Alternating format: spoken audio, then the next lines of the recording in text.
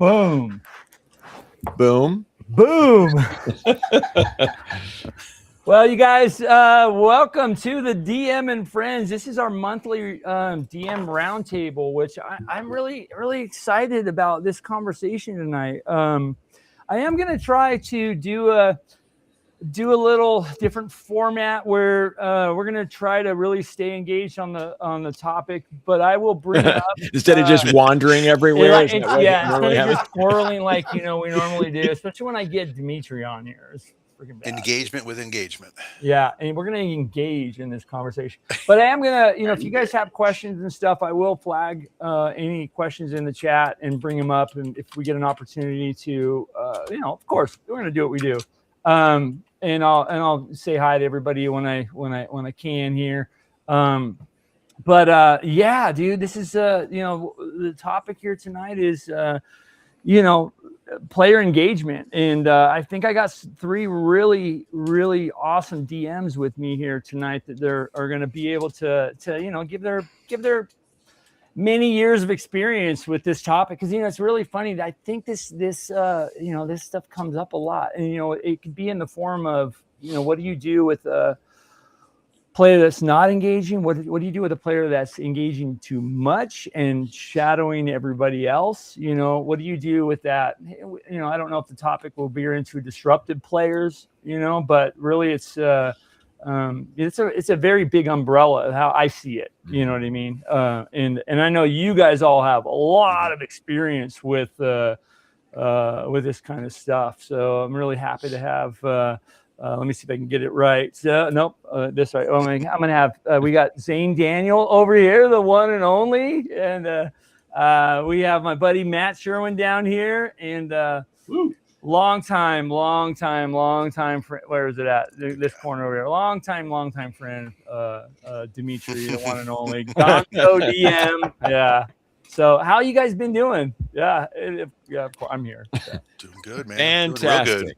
Yeah. What's been happening, XANE? Let's start with you, and then we'll get right into our subject.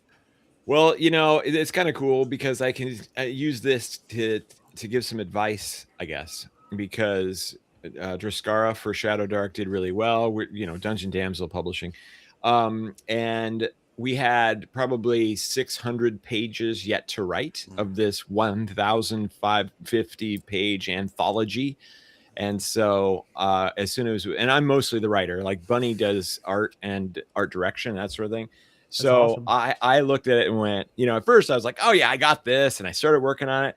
And the next thing I know, I'm going, oh no, I'm never going to be able to do all this. I would have a 10-page day, like an incredible day of getting 10 pages done where I just think, yeah. And then I'd go, that was not enough, right? Like I have 500-600 pages left to go. And so I was beating myself up for having good days. And so I realized I've got to do something different. And so I did some math and calculated out how long it's going to take to do all the pages over X amount of time. And I realized, you know what? I only have to do 2 pages a day, and 2 pages a day, including weekends, which is fine. That is reasonable. That is possible. And so as soon as I set that for myself, I just felt so much better. It's very reasonable. Each week I'm getting, between 14 and 20 pages done. And I know that each week I'm making progress, and I'm posting it to the Discord channel so everybody can check up on what we're doing. And so I have that kind of, I want to make sure I have cool stuff to show off to the Discord channel each week. So it's a really nice little process. So I'm really happy with how that's going. So that's my update on Dungeon Damsel and me. Awesome. Well, thanks for the update. And yeah, I know we chatted about a couple. Yeah, your brain is pumping right now, because I know we chatted about a couple things based on conversation that you saw, and that's pretty cool. It's been a really fun industry. I don't know if anybody knows this, but I was in the video game industry for 22 years, and so the switcheroo over to ttrpgs has been really interesting. I'm really enjoying it because I don't need a team of 100 people to make a video game like I was used to.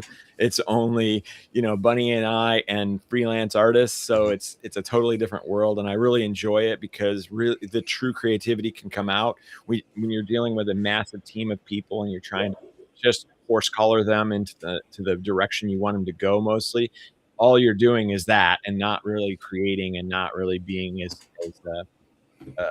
just a different type of challenge, right? And so I really do appreciate the creative challenge of doing this. Here's your first advice from John D. Retire. He says, Jane, you have a fiddle with the font size, the margins, and the line spacing, and those 10, 15, 13.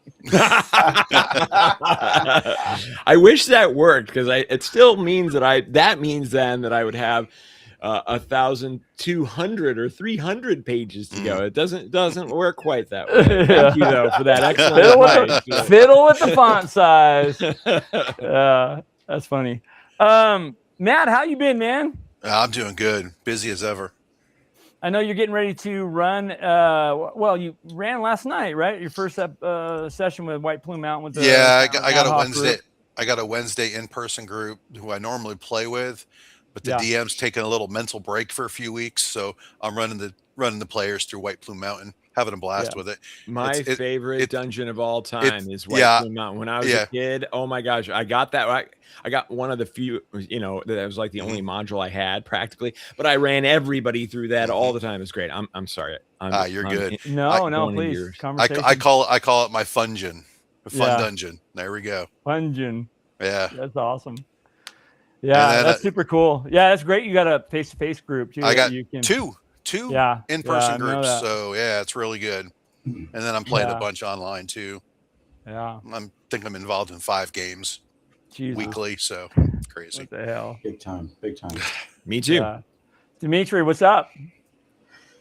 Well, I mean, it's been like 7 days since I last saw you. So not too much since then, just getting stuff done.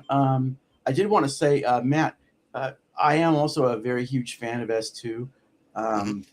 The very first module I wrote when I was in 6th grade, I pretty much copied that design right over up to the last encounter. And this might be spoilers for some of you folks out there, but at the end, you're supposed to meet this pair of Ifrit. And if you kill them too easily, Gary says, throw 2 more at them. And I did the same thing with that because I thought it was such a great twist. Yeah. But yeah, everything's been great. Just working on some of my designs at home here. Working on a live event for Call of Cthulhu. I'm going to tease that out because I want to run that at GaryCon next year. And I've got a couple of collaborators already who are used to doing sort of mystery parties, right? So it's going to be something like that, but it's going to be very specifically themed. I'm not going to reveal it just yet because I really want to cement the whole thing before I start teasing out the real details of it. But it's going to be costume optional, although all the cool kids are going to show up in 20s attire. And we're going to have a real fun blast. We're going to have mocktails. And of course, those cool kids will have flasks that will be adding the real stuff to it. But it'll be a great event. Once I get some details in the next couple of weeks, nail it down and put it in the schedule for GaryCon, I'll tell you all about it. When I'll reveal it here on the show if Angelo wants me, it will allow me. Yeah, let's do it. Very cool. All right. Let's do it. I know we were talking about some other kind of things too, so we'll get there for sure. Yeah. As far as me, I got to, the fun part about our gaming community is 2 things are and I always pronounce the name wrong. He showed me how he told me how yesterday to pronounce it right, but I'm just gonna stick with how I mispronounced it. It's Jimison. So he visited last night. We got to he came through town and that was actually really fun. You should see my gaming room. The table's just got every single book out that I think that I own as we were just going through everything I had here. It's one of those things where you just, oh man, you know what I mean? But so much fun. As far as And another interesting thing, we talk about face-to-face games. I have a gentleman that I have yet to meet yet, but found me through the channel, lives in town. He's got his wife, kids, and we got a couple other people. We might get a face-to-face game out here in the middle of nowhere in Montana. All so right. I'm really pumped about that. That's awesome.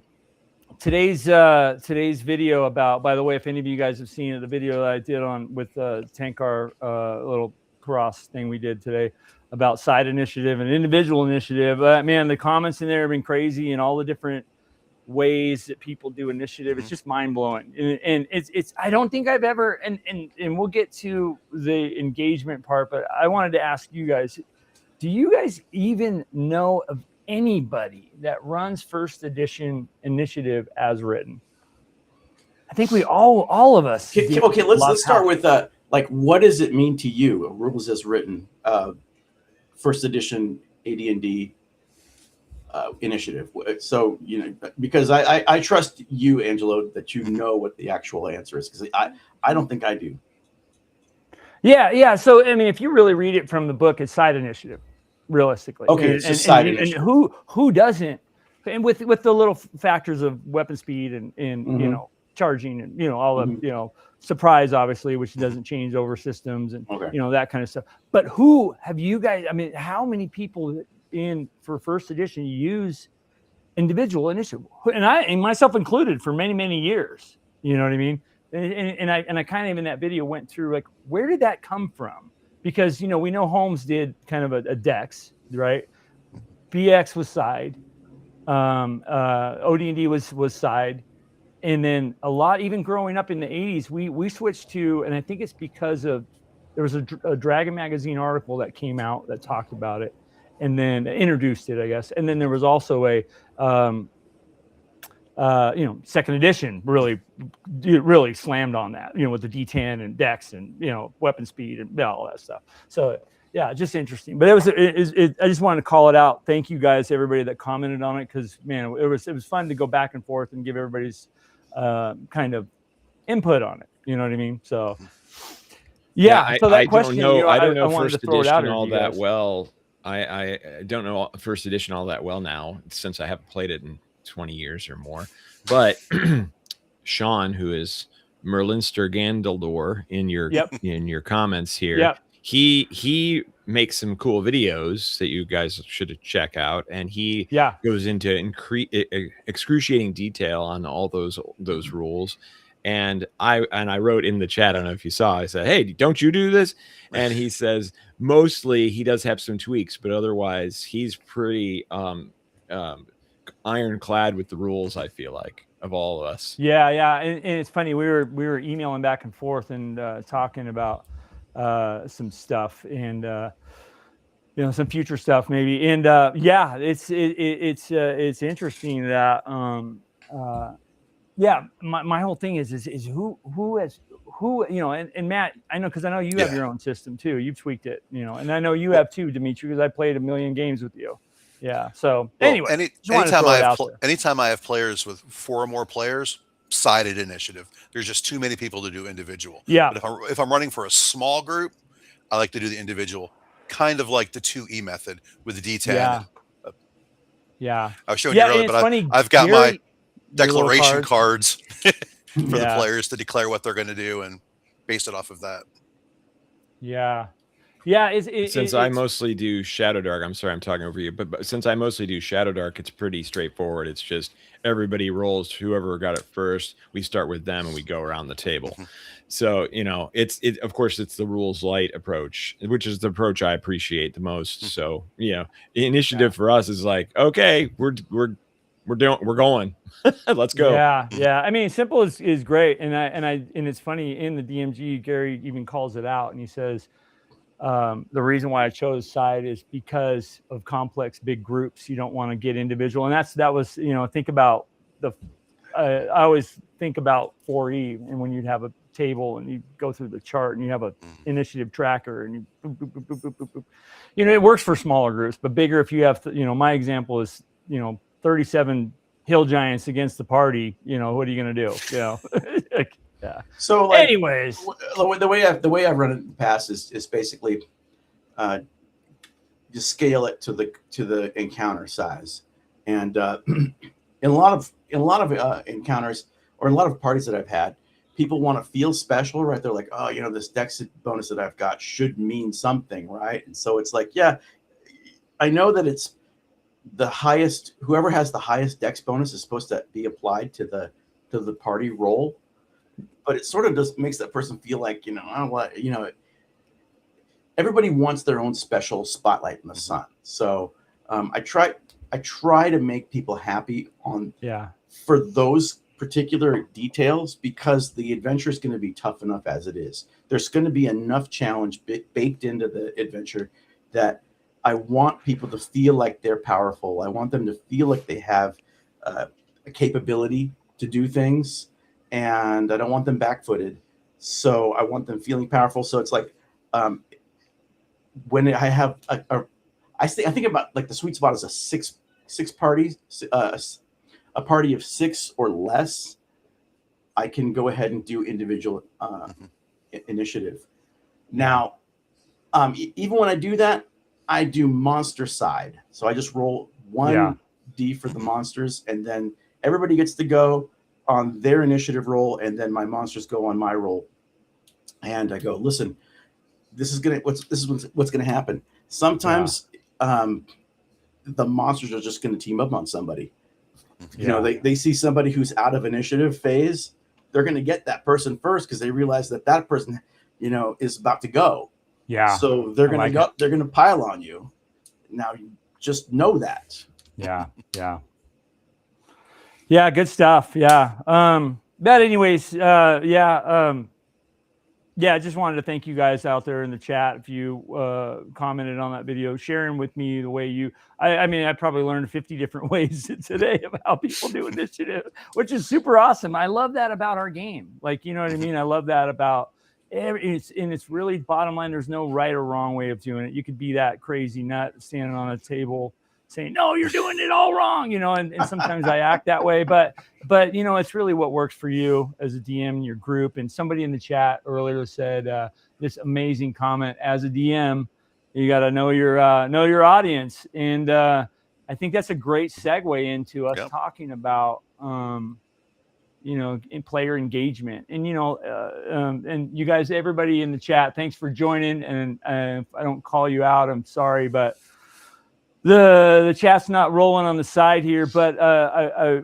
will say that I feel like engagement, it's an umbrella that we could, you know, talk for days about. And I took a little bit of notes, and I know a couple of you guys did here. And how do we want to start? You know, I think, you know, one thing that kind of intrigues me is just your guys' experiences. So I'd like to just go around the room and what it even means to you about player engagement. You know what I mean? Starting with you in the top corner, Mr. XANE Daniel. That's me. All right. Yeah. Well, okay. So, you know, I was in that video game stint for a little while there, so I was kind of out of TTRPGs. So I was TTRPGs as a kid and all the way through college, and then went to video games, and nobody in the video game industry actually played any, at least the ones that I was with, which was weird. Yeah, I know. So isn't that strange? The whole time, nobody ever even talked about it, right? It never even came up. So then when I left that industry, then I got back into it again.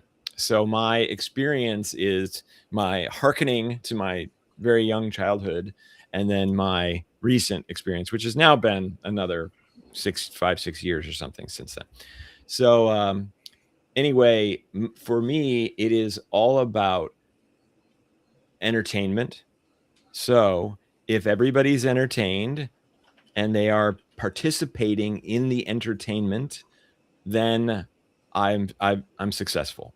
So my goal is to, we could make this a war game where we sit around and we roll dice and we go, now it's your turn, and now you do the thing, and then we roll the dice, and then we do the next thing. And that's great, but I'm much more into the role-playing aspects. I'm much more, I want to hear people use a voice, even if it makes them uncomfortable. I want to hear them do things that they normally wouldn't do strategically, but because their character wants to do it or would do it. Right. Yeah. That's what and so I really push for that. And so when I start off, I always say to everyone, hey, you're here to entertain me just as much as I'm here to entertain you. Yeah. And so I will give you luck tokens as it works in Shadowdark. If you use a character voice, if you do some sort of, it doesn't have to be a character voice, but it has to be something that is specific to your character. And every time you do that, even if it isn't the most strategic move, I will probably give you another luck token. So I get them to really look at it that way. And what I experience is an awful lot of laughter, an awful lot of, absolute enjoyment over, oh my gosh, I can't believe you did that. But that's exactly what your character would do. Yeah. Oh, it's perfect, uproarious excitement. So that to me is player engagement at its peak. And so when I go to conventions, that's what I kind of say. That's my preamble before I run a game. And so everybody knows where they're at. And it's funny because a lot of times you'll see 2 or 3 people that are like, oh no, I have to do a voice. I don't want to do that. But the next thing you know, as soon as one person does it, they're all doing it and they're all laughing. And even if somebody's kind of crappy at it at first, everyone's laughing, encouraging them and, and then next thing you know, they actually get kind of good at it. So wonderful stories like that, and I'll have some more as we continue, but that's it to me. Good stuff. Yeah, that's great. Matt, what about you? Well, I think the most important part of player engagement is DM engagement. I've played in games where the DM is just there, blah, just humdrum throughout the story. DM needs to make strong encounters, use great descriptions, and develop hooks for their players that they care about. If the DM can do that and have the players care, they'll stay engaged. So I really think the DM starts the whole process of engagement. Yeah, sets the tone, I think. Yeah. When you DM, do you stand? Let's say at a con. 90% of the time I'm standing up. Yeah. Have you ever stood on a table? No, I'm a big guy. Table might not make it. But I walk around. Oh, go ahead. Sorry. No, I'll walk around a table and yeah, but no, not on the table. I can see you getting on a table though. Yeah, it's funny. Every picture in AidCon and I just talk about that really quick because that was the last con that was at, and I just recently saw some pictures. I'm like literally standing there with one leg almost on the table, just doing this. And, you know what I mean? It's like, what's this dude doing? But I love it, man. Dimitri, we've had some crazy games. What about you, dude? Well, I'm sort of famous for not only standing on chairs, but flipping them over too. Like, and then wham, and I just throw the damn chair down. And I'll put a photo up later of a room that I flipped all the chairs on. But to back up everybody's points here, this is exactly the thing. I mean, it starts with the GM. You've got to make the first move. You're the one who has to open yourself up and make yourself vulnerable and show everybody that, hey, if we're going to have fun here, we're going to have to take some risks. Yeah. And to show you how it goes, how to cue you guys on how this is done, I'll be the first one at this table to take a giant risk, and make a fool of myself. Yeah. I'll either get up and sing, dance, disrobe, or a combination of all those. He's done it. And do funny voices. But you've got to loosen them up by showing them that you don't give a damn. So it's like I just made a huge fool of myself. I look like an absolute turkey out here. So you're not going to do any worse than I just did. So just go out there and take a risk. Jump in with both feet. obviously what Matt said is correct. You've got to lead with good material as well. You got to follow up with the good material. And that's where that's one of the points that I wanted to make tonight was that in one of the articles that I was reading about in Dragon Magazine that Gary had put out, Gary said that it was an article about some people complaining that D&D wasn't Tolkien enough. And it's like, Gary's like, this is not supposed to be like Tolkien. It's supposed to be its own thing. It is loosely influenced by Tolkien, but then there are other influences that are way more dominant, like Robert E. Howard, Robert Aspirin, guys like Fritz Lieber, Lankmar. Thank you.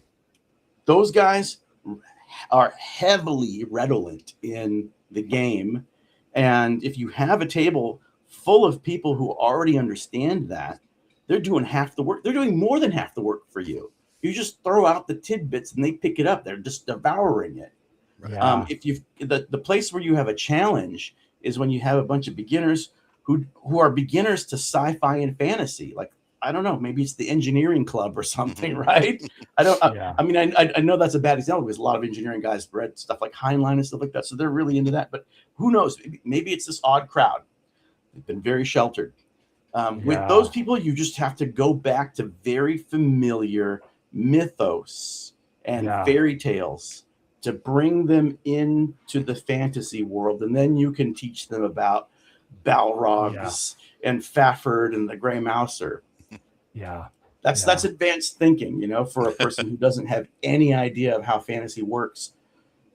That's great stuff.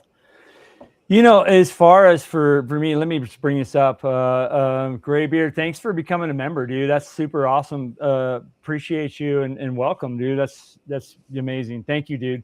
I mean, you guys all said great points, and I do. I would double click on the fact that I think that for me, the DM's tones going into the game can be infectious. You know what I mean? If you come in, with energy, you know what I mean, that people are going to feed off of that. You come in very sterile, dude, you're going to have sterile, just kind of sitting there.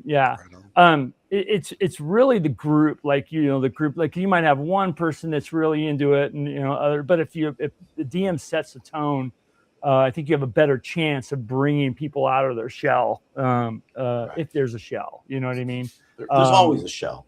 Yeah. And I kind of, I live life this way. It's like, dude, what are we here for if we're not going to freaking go nuts? You know what I mean? So I like to kind of, as DM, go into the game, setting the tone, and having energy, you know what I mean? Drinking a Monster, getting in there and freaking just tearing stuff up, you know what I mean? But I think all the things you said were just super, really good. I have to comment on what Dimitri was talking about. This very unusual circumstance where you have people that aren't familiar with fantasy. I think that I would actually love that group. Like please, virgins. Please bring me that group, because I think all I would do is just go, okay, it is medieval, and that's it. That's all it's just medieval, and start everything off as base medieval, like no magic, no dragons, no nothing. It's just, like Middle Ages stuff. And then you introduce one tiny little element and continue to build and build and build. And then they go, what the heck world is this? Right. That would be amazing. Sign me up for that. Yeah. Jameson, thanks so much, dude, for gifting 5-minute memberships. Appreciate you, buddy. Awesome. I've had experiences where, I mean, if you said the word version for D&D, I've had experiences where, years ago, I don't know, this is probably 15 years ago, Dimitri, I got hired by an acting troupe to run a game for them. And, it was, and so, I set up this awesome scenario, one shot, boom, and I even started, it was crazy. And I didn't have to do this, but everybody rolled their characters right there. Took 15 minutes, boom, we all did it. Everybody kind of got in it. But the game was, I came in with so much, okay, I'm not going to say that was, it was an acting troupe, dude. So, anyways, it was a very energetic, and I had people in the corners, like when they were, it's frightened and, it was nuts. It was absolutely nuts. It was one of the best games ever. And I had probably more fun than, 90%. I don't know. Thank you so much. Oh, and water. Thank you so much. Cheers, everyone. I think that's an important point that you just made right there. If you, as the DM, are having fun, the player have so much greater chance of having a good time. Yeah, yeah. And I take it that that's it. The mentality that I go into the game is I'm going to be entertained just as much, hopefully it's just as much as they are, you know what I mean? By the decisions. And if I put out a decision here, I can't wait to see what they come up with.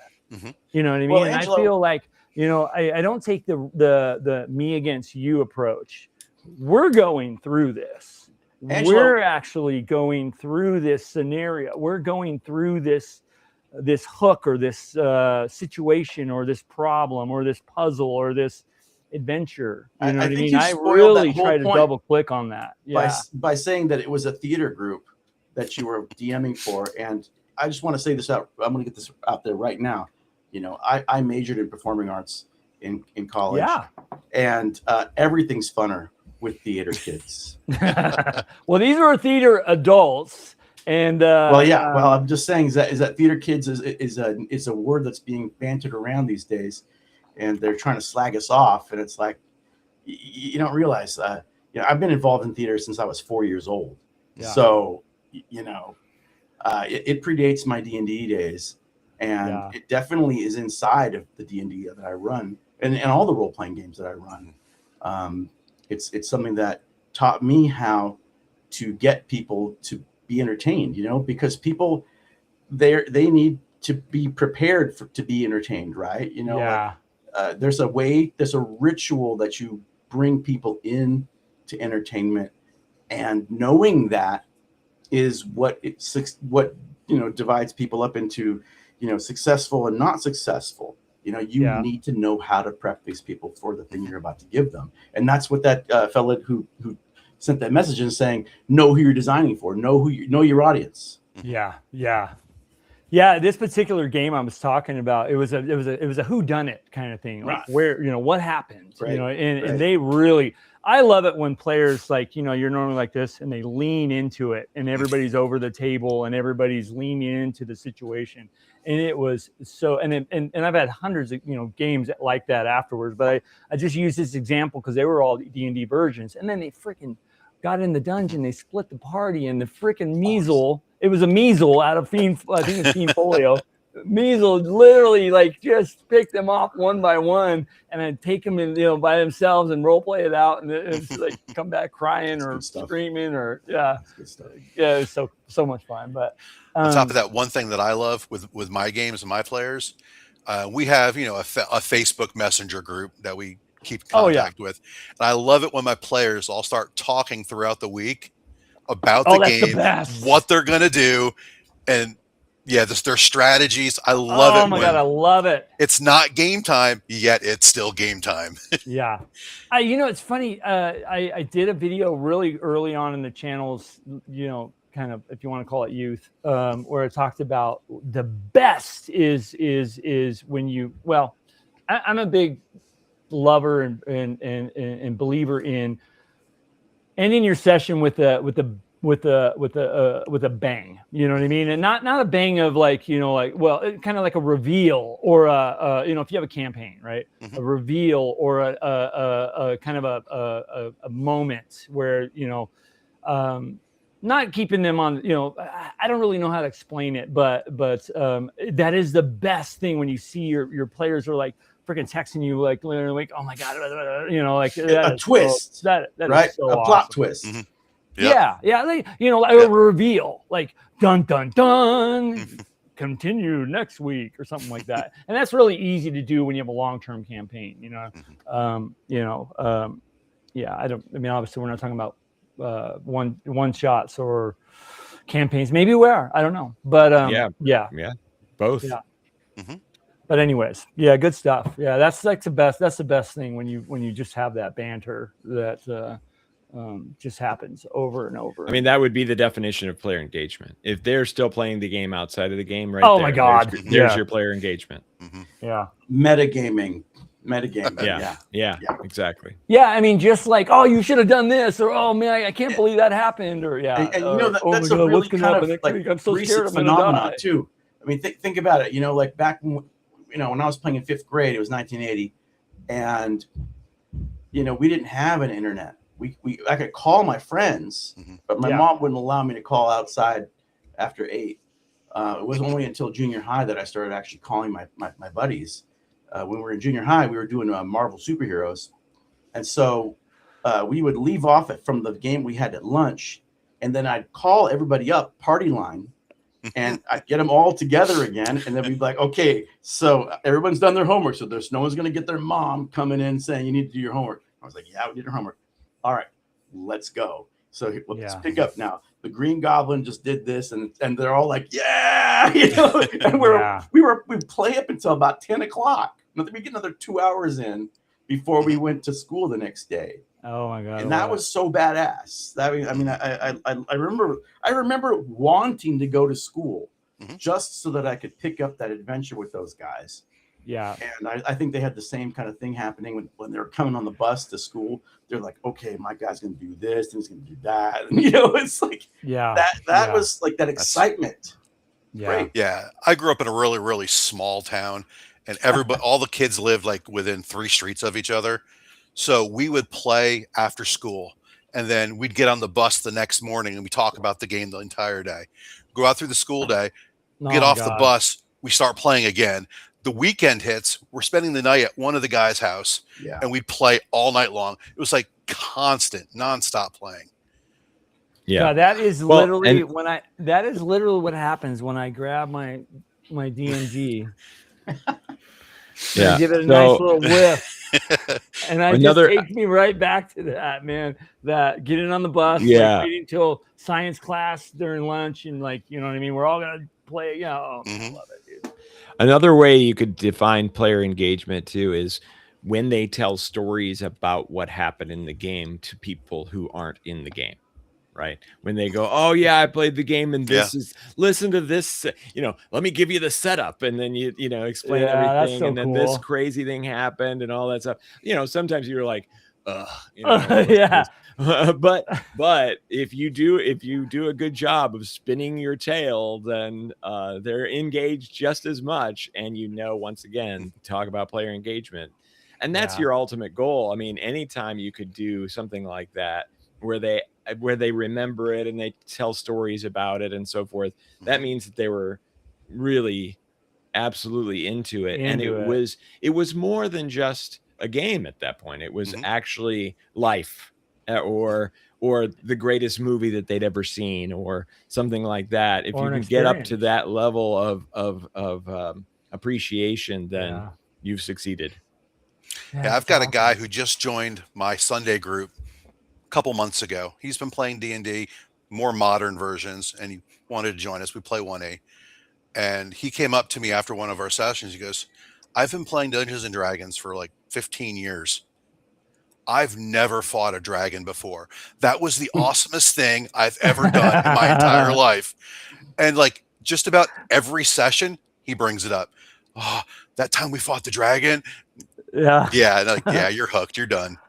I got you. So cool, man. So cool. I want to just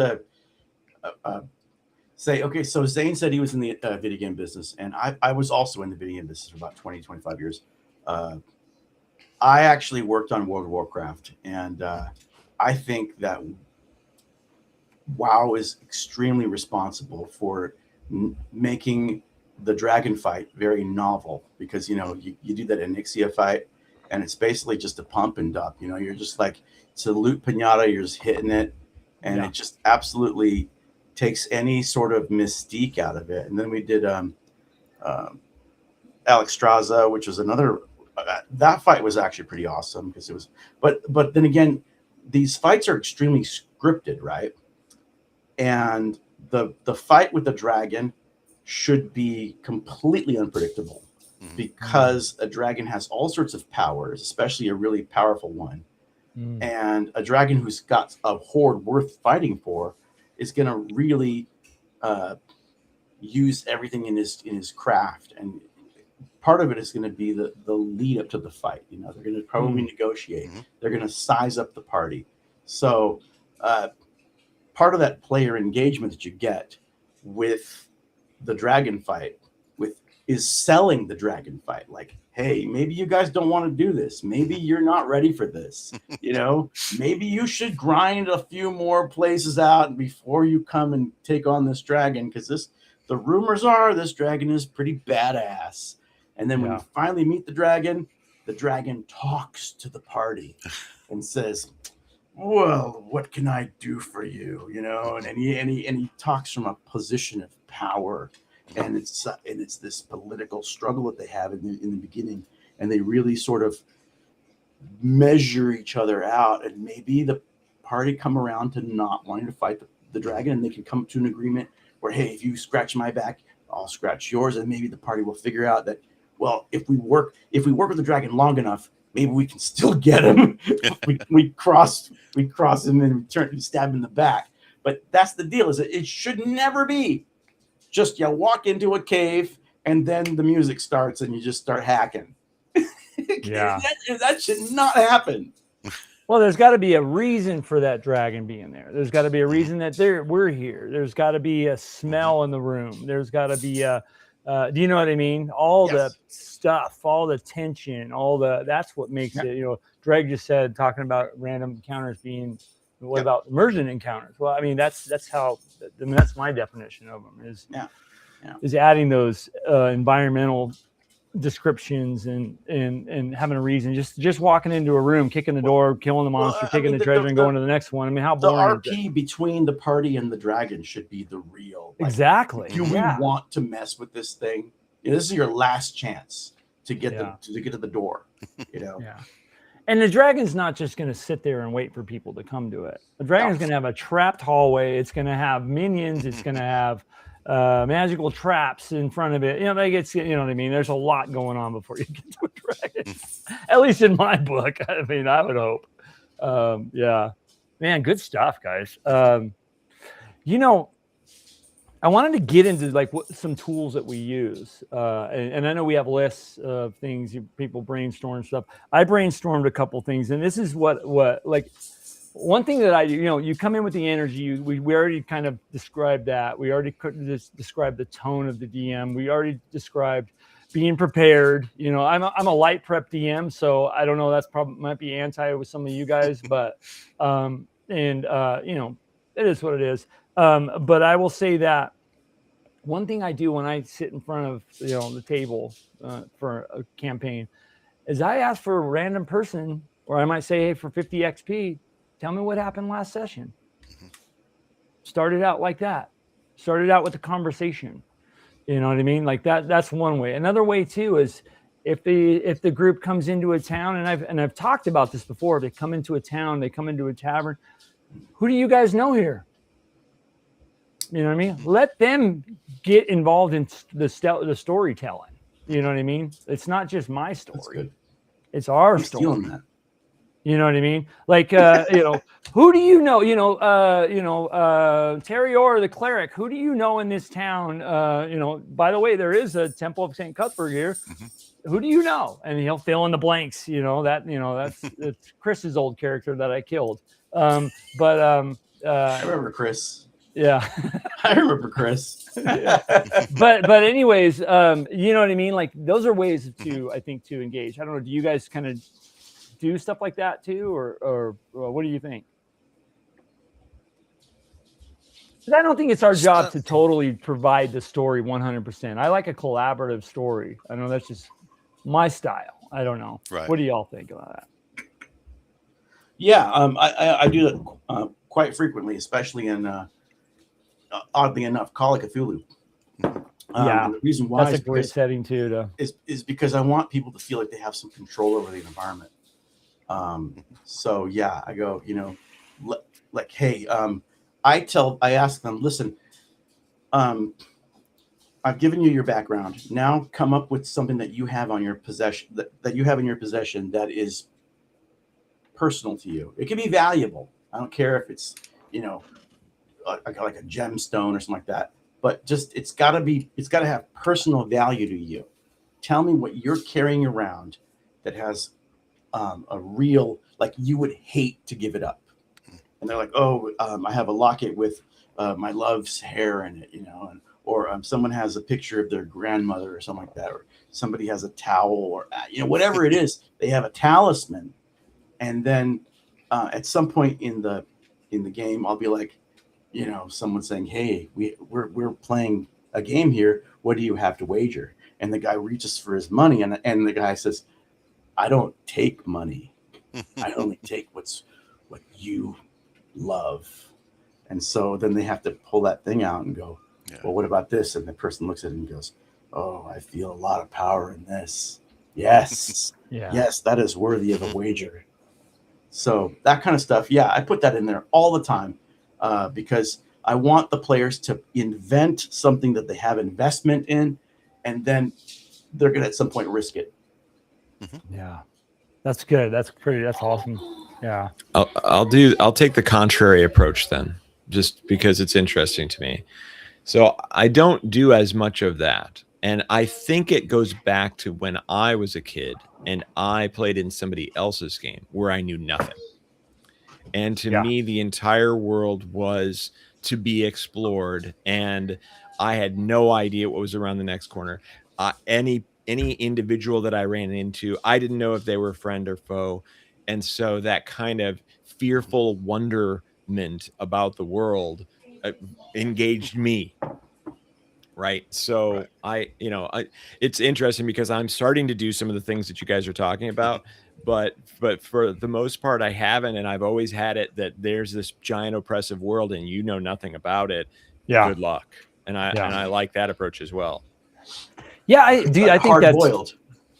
Yeah. I think that's great. I think there has to be in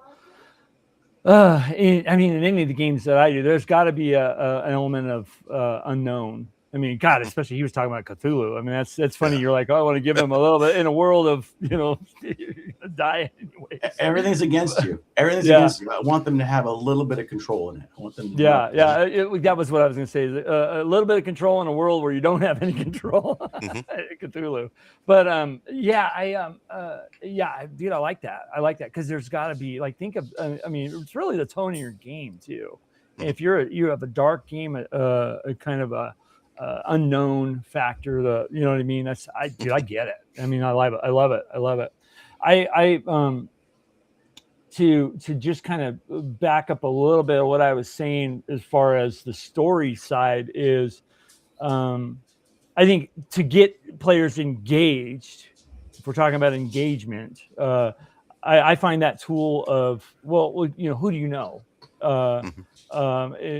It might not be a totally unfamiliar town to them, but that makes the player sometimes lean in a little bit, So yeah. Other tools that you guys use. I'd love to hear what your kind of takes on. Those are two, and I got a couple more that but yeah, other kind of little points, talking points that you have, related or not related. Yeah, I'm really big on creating scenarios and letting the players decide what happens within those scenarios. I might have like 6 or 7 ideas of what could happen, which seldom ever works out. But I'm not a big open sandbox DM because that's just so unruly. I like to have a little bit of control because I am the DM, but create these scenarios and let them have loose with it. And there's always consequences. They could be good, they could be bad, but it's up to them to determine what the ending outcome might be. Yeah, that's good, dude. Yeah.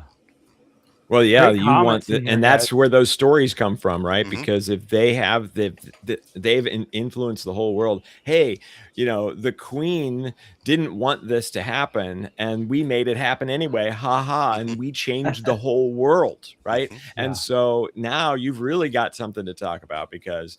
Yeah. It wasn't that the world was so big and so oppressive that you could do Mhm. nothing, but you actually made a massive effect. Now, Mhm.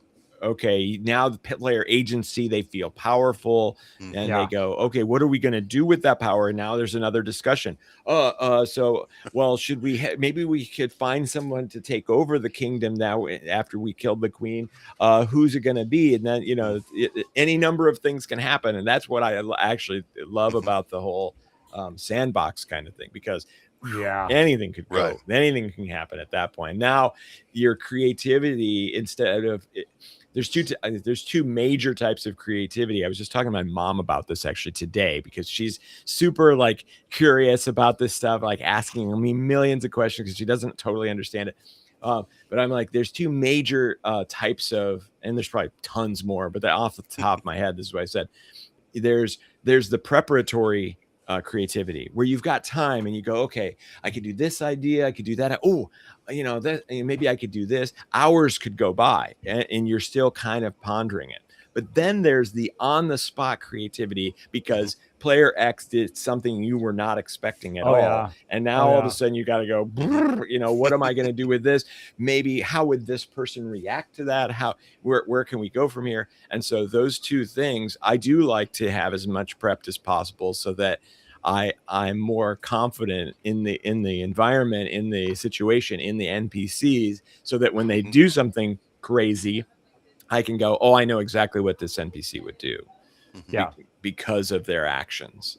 But Yeah, anyway. it's funny. I always talk about, Zane, that I'm a light prep DM. That's one of the things I prep the most on is NPCs.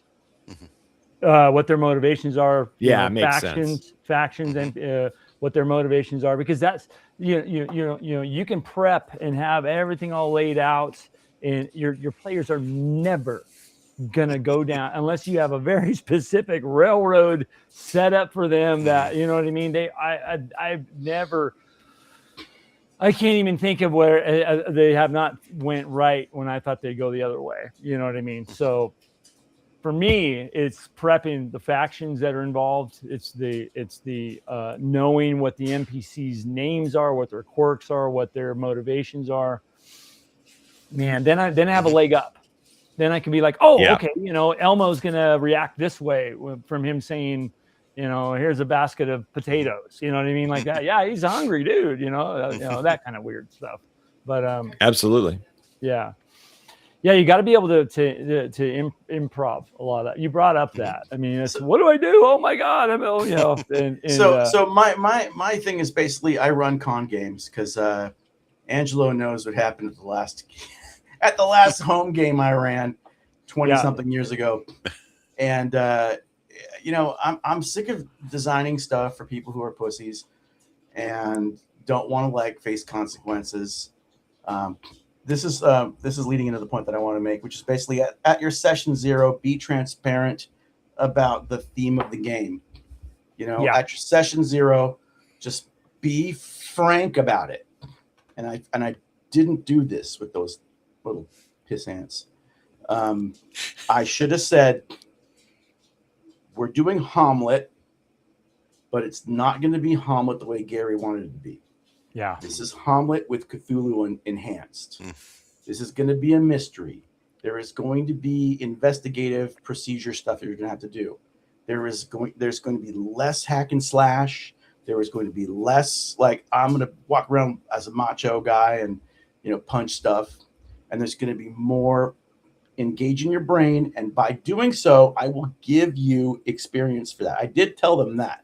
I said the further that you get inside the intrigue, the more experience you're going to get. So it's going to be experience out of combat, which is great. I want you to enrich yourself in that whole thing, because HOMMLET is such a investigator's dungeon.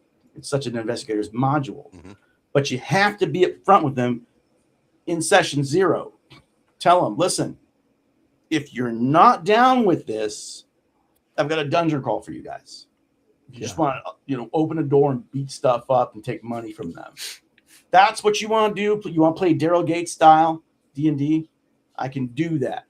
I lived through that, for Christ's sake, in East LA. All right, I know what that's like. I can give you that. You want a wilderness adventure hex scroll? I can do that too. So but this is what I choose as the DM. I want to run this module because it's been my dream. And if you guys want to come along with me, that's great. If not, we'll do a couple sessions before I get bored and quit of just you going around beating stuff up. And maybe one of you guys will wake up, and then that person can come on to the next thing that I run, which is going to be something way more high concept than Murder Hobos. Because I quit Murder Hobo back in 7th grade. It was just there were too many systems. There was Champions, there was Traveler, Top Secret, there was Star Frontiers. Luckily, there's like no systems now. There's only a couple. Well, that's the great part about it is that it's your session 0. You can even talk about, hey, we don't even have to do this in D&D. Wow. Right. Savvy that, man. Blows your freaking mind, right? Yeah. Hey, Angelo, could you see Dreg347's comment? If a player guesses, I want to comment on that. Oh yeah. I was literally reading that, and I had in my mind I was answering it. But yeah, go ahead. Yeah, me too. I love this. Okay, well that means that you've designed the wrong game, because ultimately you don't have a plot. The players are carrying exactly the plot. what I thought in my mind too. Go ahead. Yeah. If you have a plot, then you're railroading, and maybe your players love railroading, and you do too, and that's cool. But for me, I want it to be that there are all these factions in play. There's all these possibilities in play, and based on your decision, then all of a sudden you tip the scale, you tip the chain, you change the whole world, and so there's no plot. The plot is generated by the players. Generated, yeah. And so that's when they tell the stories too. Because I don't know if this is true or not. I'm guessing. Do people say, "Oh, let me tell you this story about the Strahd game that I played"? I don't think they do. Maybe they do, but it doesn't seem like it, because that's a railroaded story, right? Like you're supposed to do this in this order, and these sorts of things happen, and all that.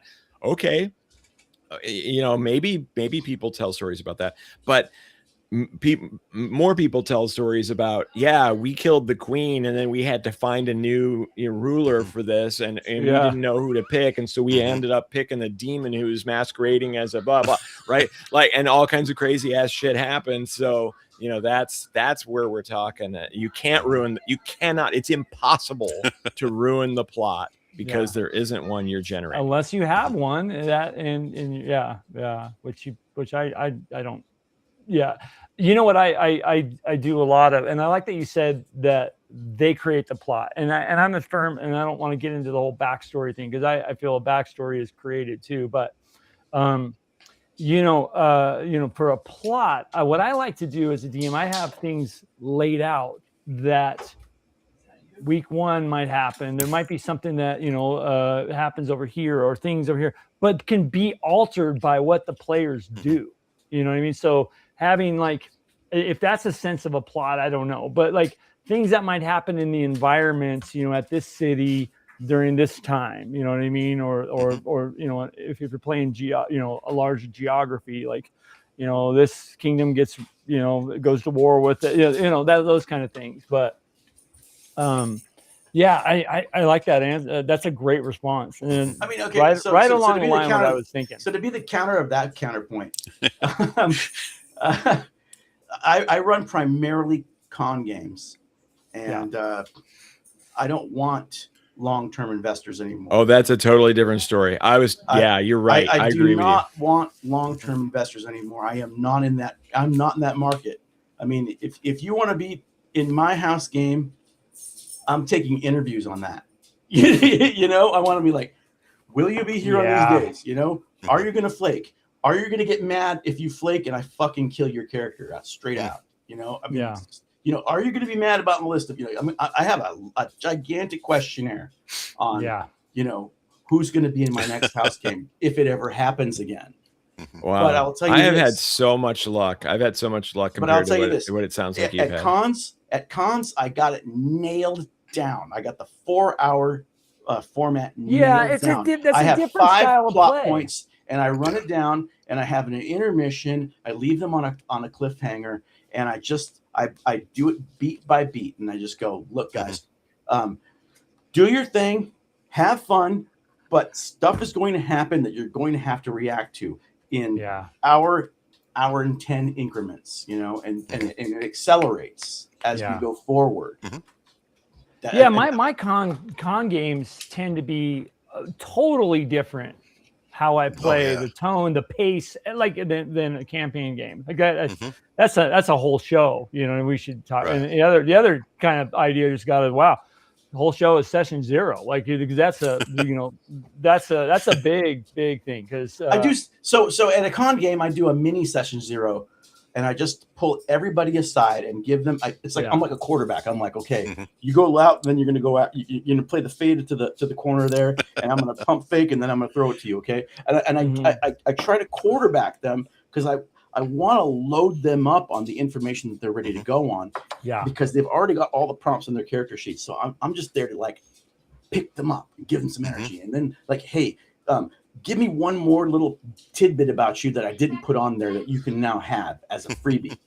And they're like, are you talking about pulling them aside one at a time? Yeah, and just one at a time. Okay, that's really cool. I like that idea. So I session 0 all of my people at cons. I like pull them aside, give them a little 2-minute talk, and then they come away with something new so that they can write in their character sheet. Somehow I'm a prince from a country that doesn't exist anymore. You know, it's like I'm royalty. Wow, it's amazing. Right. All of a sudden they're like, whoa, I feel great. Yeah. So I give them another thing that wasn't on the character sheet before.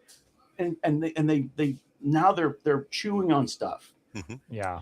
So the con game and the home game are 2 different beasts and should never be conflated. But I will say this, as far as the preparation is concerned, I think there's more prep on the guy who's doing the con game because you're doing this for a variety of people. And in Matt's case, at least back in the day, you know, he had a closed group of people that he had to play with because they were just such a small focus group. Yeah, you don't know who you're going to be playing with at the table, and that's where I think I'm going to double click on it. His saying is you have to, and I fully disagree with you, Zane, on this. But you're when you were saying, this guy over here, I disagree with him. And, you know, I disagree with a lot of people, but that's fine. But I agree with a lot of people. But when you were talking about you need to entertain, I fully just do not believe that. But con games are different. And you're probably talking about that. Now, do I need to? I was in that case. Yeah, in that case you were. In my campaign game, my weekly game, you know, that we're all get together and everybody's been vetted. If you really want to call it that way, I used to put a freaking 2-page questionnaire about, you know, like seriously, ask Eric because I've been playing with him for 20 years. He like had an application to play in my game. I know that's crazy, but I did it. One of my best buddies ever, you know. But I don't go into a campaign game to entertain. I go there to be entertained. I moved to be closer to my game once. Yeah, like the campaign that I was in for like 3 years. Wow. I moved to just be closer to that family because they were all in that one little group there, and so I moved to Calabasas just to be near them, and that's how that's amazing. That's how I ended up in the video game business. I ended up working at Take Two and then THQ just up the street. Yeah. Okay. Yeah. Well, and now since you put up the sword and pointed it at me. I mean, what we just talked about, and what Dimitri talked about and what Matt talked about was, you know, you've got to bring the energy. You've got to do all those things. And you were agreeing with all that, entertainment. Right? Yeah. Right. That's what I meant, right? I'm entertaining them because I'm not just sitting there going, okay, there's a West door and an East door. And that's a con. I mean, I mean, you know what I'm trying to say, because you'll get those groups that'll sit down at the table and it's like, entertain me. you know what I mean, but not put any effort towards it. And you know what I mean? You know what I'm talking about. Oh yeah. So we agree there's- actually. Yeah, no, we very fully much. agree, but I it's all shock value. I disagree with this fucker. Yeah, right. Yeah. Hell Well, you yeah. get more people. Oh, how many people are watching now? Did it go up? Did it go up? Always. No, but you know what I'm trying to get at. What happened? I didn't bring that up. That was weird. But anyways, what a great comment. Entertainment Friday. Yeah, I just I don't know, because it is a stigma in a stigma. I don't know, a myth. And I try to myth bust this because I don't feel that a DM needs to do backflips and this and that. Yes, come in with energy. Yes, come in with a tone. Yes, get your players engaged. Another thing I have on here with my campaign is everybody's got a role. There's somebody that's a mapper. There's somebody that's a caller. There's somebody that's the freaking keeps track of all the treasure. There's somebody that role-playing game. Yeah. Do you know what I mean by that? That's another way to really get your players engaged. Yeah. The guy that's keeping track of the torches. You know what I mean? Like, if you got a player, a group of 6, and it's hard to do online, but when I'll sit here in my house, in my garage, at this table right here, and every Wednesday night, everybody come over, there was a mapper. There was a caller in the group. There was a dude, you know what I mean? That's engagement. You know what I mean? You can do that at cons too. Like, who's going to map? You know what I mean? Like, that's and you'll be surprised. Players will lean right into that. You know what I mean? Yeah, it's pretty cool. It's a great way to take pressure off you. You're just in your own little mini game. I love to sit there and draw when I'm not when I'm just listening to the DM describe stuff. I'll just sit there and draw, and I'm terrible at art, but I will just draw stuff because I want to take my the critique. Like, my mind is going to critique stuff that the DM is saying. So in order to shut that voice up, I need to engage myself in something else so that I'm not engaged at that super level. I want to be dumb enough as a player, but not supra intelligent as somebody who is like, oh, this guy's design is all bad. I hate that when I do that because I overanalyze things, and that ruins my enjoyment, and that ruins everybody else's enjoyment. So I will take myself out of it temporarily by just doing some sketches. Poor sketches. Look at this. Look at this comment right here. The entertainment provided by the GM is the world to play in. I love that comment right there. Yeah. Goom Bailier. Yeah, I don't. You know me. It's Goombalier. Goombalier. We know him. We probably all met him. He was at North Texas. Probably. How you doing, man? Dude, that's a great comment, and I stand by that comment. You provide them a great world, they're gonna the entertainment's that's the entertainment. That's like I Especially said. how they react to things and the consequences involved in everybody's decision pressure. You know what I mean? Like DM drops the hook and sets the scenario, and they build off of it. Yeah, super good.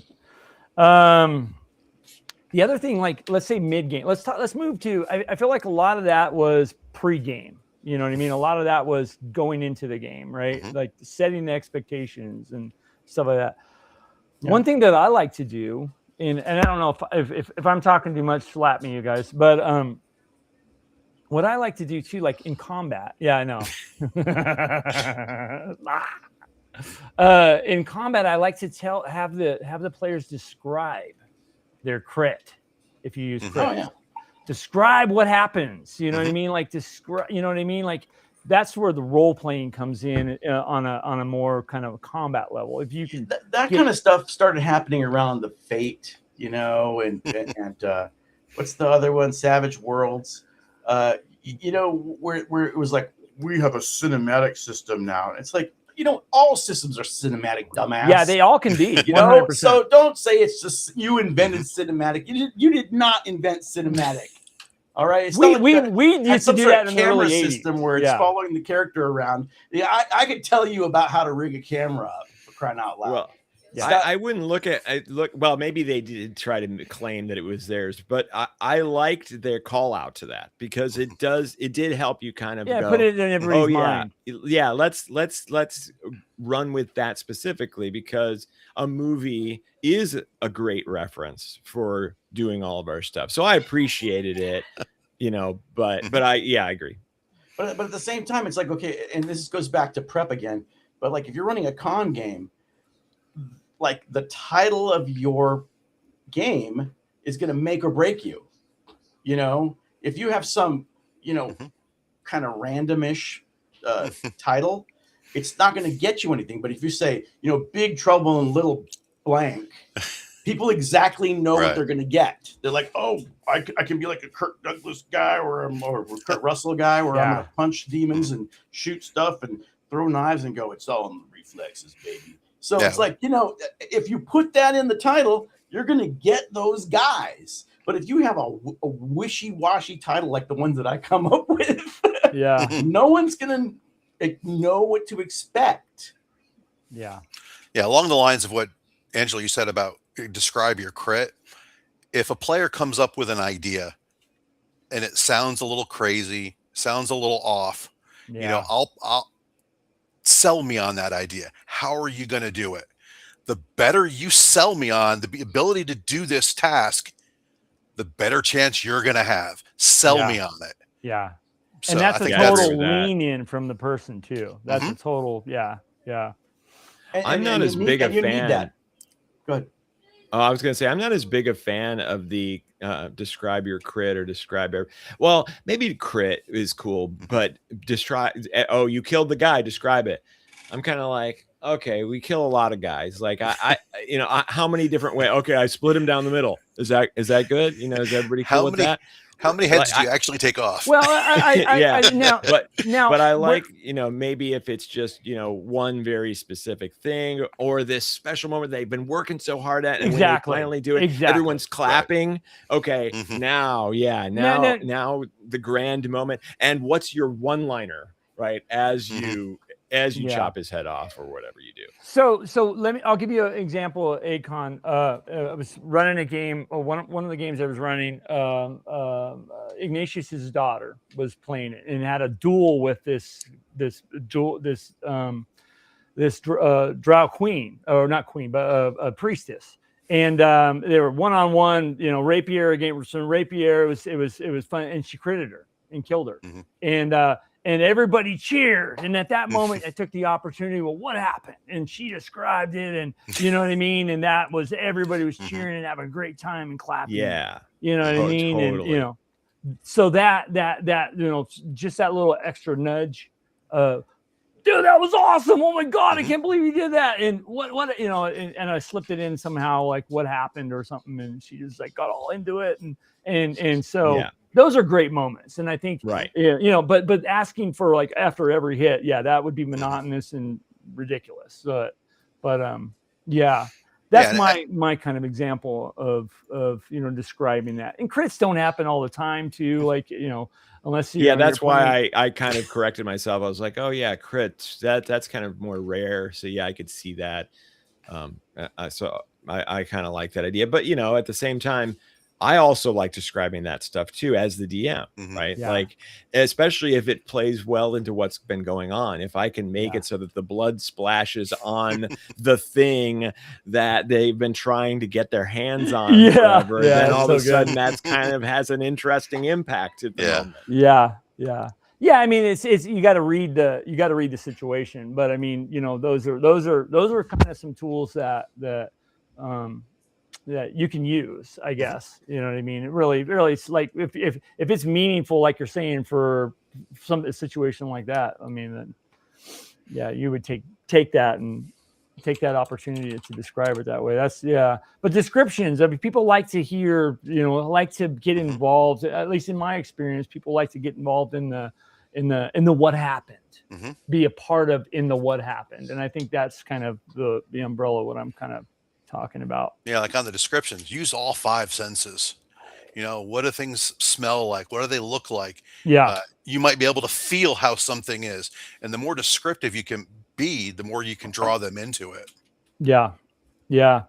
You know, it's funny. I talked about this before too, but when you instead of a stale room, a stale room in front of you, there's nothing there. Well, describe what it smells. What you see? What the what I mean? Like, not just a 10 by 10, but the doors on the other side. What do you actually see? What do you smell? What does it feel like when you go in there? You know what I mean? Those are things that players really lean into, and that's something that I don't do very well. Like, that's something because okay, so one of my problems is that I'm often running with 7 people. I run at a local game shop, and there's an awful lot of people that want to play, and so I'm constantly full, and so I'm also in this mindset of, I don't want to bore anybody. I got to keep this thing rolling. So sometimes I totally forget to it doesn't even enter my mind to give a detailed description of what it smells like and what the monster looks like. And things like I'm just like, on to the next, because we got 7 people that got to roll. And that one turn takes 15 minutes. Like, that's a problem. We got to shorten this stuff down. So I have a little trouble balancing that well. Like, I wish that I could keep it in my head more to be able to just say, like, the half sentence that because that's really all you need, right? It's just like, it smells like urine, okay, done. Like, you don't have to sit there and describe any more than that. And that's perfect. Yeah. Right. But I'll be in that hurry up mode so much that I even forget to do that sort of thing. So I don't know how to get myself to remember to do that. I haven't figured it out yet. Yeah. When I write a room or something or a situation, I always try to put one sensory piece, sensory. And Matt kind of, added on to that. But smell is a perfect one to start with. Smell or, right. Feel could be temperature in the room. Temperature is another thing. Well, I mean, the sound, moisture, sounds. Gary was incredibly in tune to sound. One of the things that you'll see in a lot of his modules is you'll know what it sounds like in the room before anything else, and that's what's so amazing about it is that, like in D1, there's an encounter where you meet a couple of dodgy people. Sure. And, it's a man and a woman, and you'll hear the chirping of birds. And you come into this room, and there's this woman, this naked woman, and she's sniffing a rose, and she's by this grotto, and there's all these little sparrows chirping it, right? Now, I'm not going to spoil this for you guys, but it's not what it seems to be. Yeah. And that's what's so amazing about it is that the first thing that you hear is the chirping of the birds. And then you see this statuesque woman bathing by this pool, and she invites you to come over and talk with her. So I imagine that back in the 70s, that was rather compelling. Yeah. The chirping of the birds ends up being chirping of something else. But that's what's so awesome about it. There's an audio cue there. Yeah. Yeah, going through the last session, going through the forest, and all of a sudden everything gets quiet. Quiet is also another sensory, that you can use. Oh, for sure. Yeah. I just got to remember to do it. That's my issue. Is I just don't remember. I get it wrapped up in everything that's going on, keeping track of everybody's abilities and everything else. And the next thing I know, I've finished the game and I go, oh shit, I didn't say a thing about what that place smelled like or what that place sounded like or any of that stuff.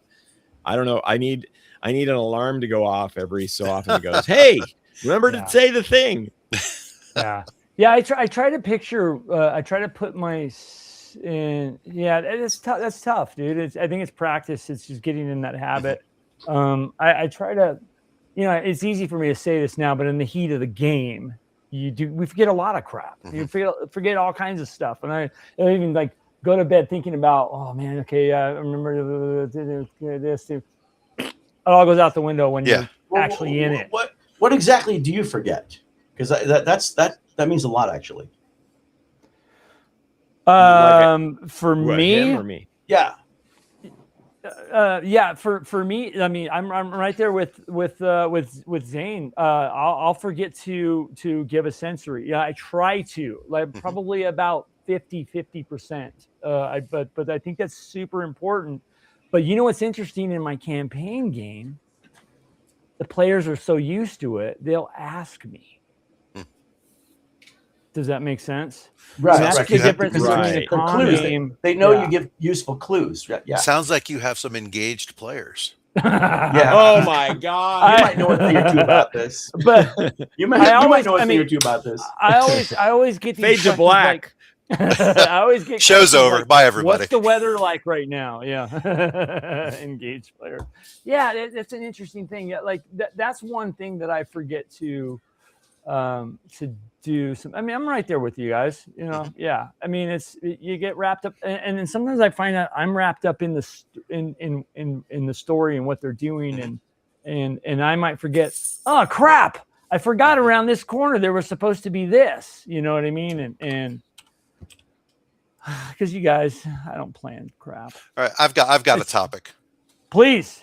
Okay, everybody at their table. There's always one person who is always dominant, who's always the loudest, always tried to get in every word edgewise. Yep. How do you quell that person a little bit and try to bring up the quiet ones? Well, I have an answer for that, and you kill the loud ones, right? What's that? You kill them off, right? I Never kill the loud ones. I just say They're so well, useful. They're so no. useful. I mean, no. That's the thing that I ran into a lot of times over the years. And con games, I don't get. Con games are a different ball game for me. Totally different. I'm a campaign player. You know what I mean? And I will try to and I've done this in that. Okay, cool. It's X's turn to talk here. You know, I might say that in a subtle sort of way, and if it becomes an issue, I am I'm an advocate of you got to protect the table. You know what I mean? Because that could rub off really wrong on other players. And what is the DM's real job? It's to have another game, right? And to protect your table. So I'll talk, and I've done it many, many times, like talk to people. You just got to be like, I'm a talker. So I just got to talk to them. You got to say like, look, dude, like you got to get other people chances. And there's the people that you can't talk to because it's just ingrained in them. Right. You know what I mean? It's just the excitement level is there. Like, dude, like I get it. I totally get it, you know, and I love that. When you mean talk to them, are you saying as a DM, you can always shift focuses. It's hard online.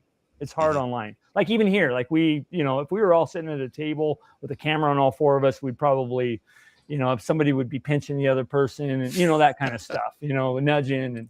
But yeah, it's when you say talk to are you talking about talking to the ones that don't talk very much? Or are you talking about pulling aside the person pulling aside the too person? Much? Yeah, right. And you have to do that. Office. But let me tell you this: the guys and gals that I play with, they're all friends. I can do that. Do you know what I mean? Now people have gotten buttered in the past, but yeah. I think it's always a gamble. Of course, it's a gamble. It's always a gamble. Well, of course you like a gamble. You know why? Because you're not a very good gambler. But I'll tell you this: that there's too much investment on a campaign, a home campaign game, and sometimes people are just going to get mad. And so, I just take away all of the toys and just go, oh, all you want to do is kill stuff. Okay, well, your guy gets to kill stuff. Everybody else gets the information. I hand them notes, and Killy Boy just gets to kill And I've stuff. seen you do that too. Yeah, so Killy Boy gets to do what he wants. He let the baby have his way, obviously, because if so-and-so goes, he's the ride to this person, and he's best friends with that person. If so-and-so goes, he takes all three of these people out of your party, and now you're going back to the classifieds, trying to find another party. And you know what? You want to be a bitch, you get bitch style. Yeah. Okay. But here's the thing. Okay. And I have a legit anecdote to relate here. Chaosium Con 2 years ago, it was 2024. I finally solidified my BioShock basic role-playing game, and I had this magic system down that was all based on the plasmids and stuff like that, and it was like a genetic. It's an amazing system. You can continue to combine powers to make new powers, and there's like a chance of failure, but you can still succeed, because even if a failure happens, it's just a hot round that goes off and kind of hurts everybody, but it's okay because there's vending machines everywhere that you can buy more powers from. So everybody at the table were weird. There were 3 guys from Iceland, from Reykjavik, who never really played a role-playing game before. There was a kid who just wanted to kill stuff and ruin my game. He actually came up to me afterwards and said, I was just there to try to destroy your game. And there was this other older older guy who, after he had left the table, he told me, he found me in the bar and he said, I'm sorry, I was jet lagged. I was disoriented. I didn't have my meds with me, this, that, and the other. And so I was just not enjoying it. That's why I left early. So a long story short, what happened is I gave all these guys these incredibly powerful characters, superhero level characters. And I gave them a mission, and I gave them this backstory, and then I put them in this New Orleans kind of world inside of Rapture, which is BioShock, the video game. And that they had this whole mystery to unravel. So about halfway through, the old guy says to me, he looks at me dead in the eye, and he says, I don't know what to do. Tell me what to do. My character sheet says nothing about what I'm supposed to do. And I point to this over here and I go, well, actually, here are your orders right here in very detailed thing. If I could bring you aside if you want, and we can talk about it. And he's like, well, it's not very clear to me.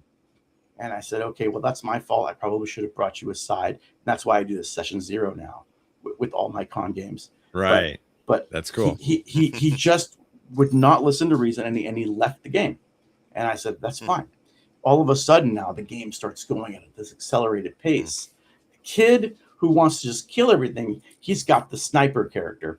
So I just keep giving him targets, and he just keeps knocking them down. While the other 3 guys from Iceland are starting to put their brains together. The one guy who's this, I guess he's like a prize-winning psychoanalyst.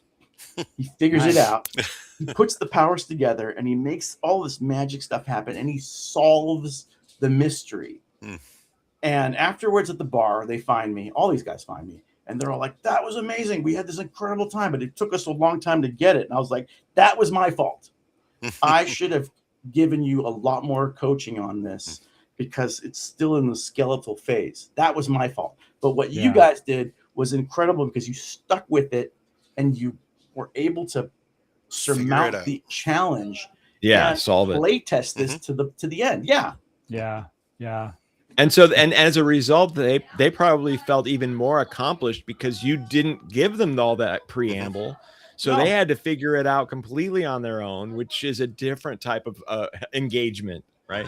Yeah, absolutely. And then the older fellow who left, he got in contact with the community manager, and he said, I want to apologize to that guy. I did not want him to feel bad about me walking off his table.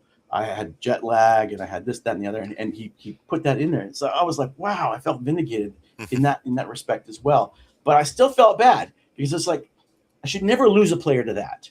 Right. I should never lose a player to me not giving them the proper preparation so that they don't feel like they have anything to do. Yeah. That's great, Dimitri. That's super cool. That actually kind of brings up the point of whose responsibility is it for the players to get engaged. It's me. It's always me. Right. So is it us, or is it a teamwork effort? Yeah. I feel a little bit like it's a teamwork effort. We do have to give them the necessary pieces, but from there, they get to decide whether they're engaging or they're disengaged. Have you ever GM'd at Gen Con? No, I have played at Gen Con, but I've never GM'd.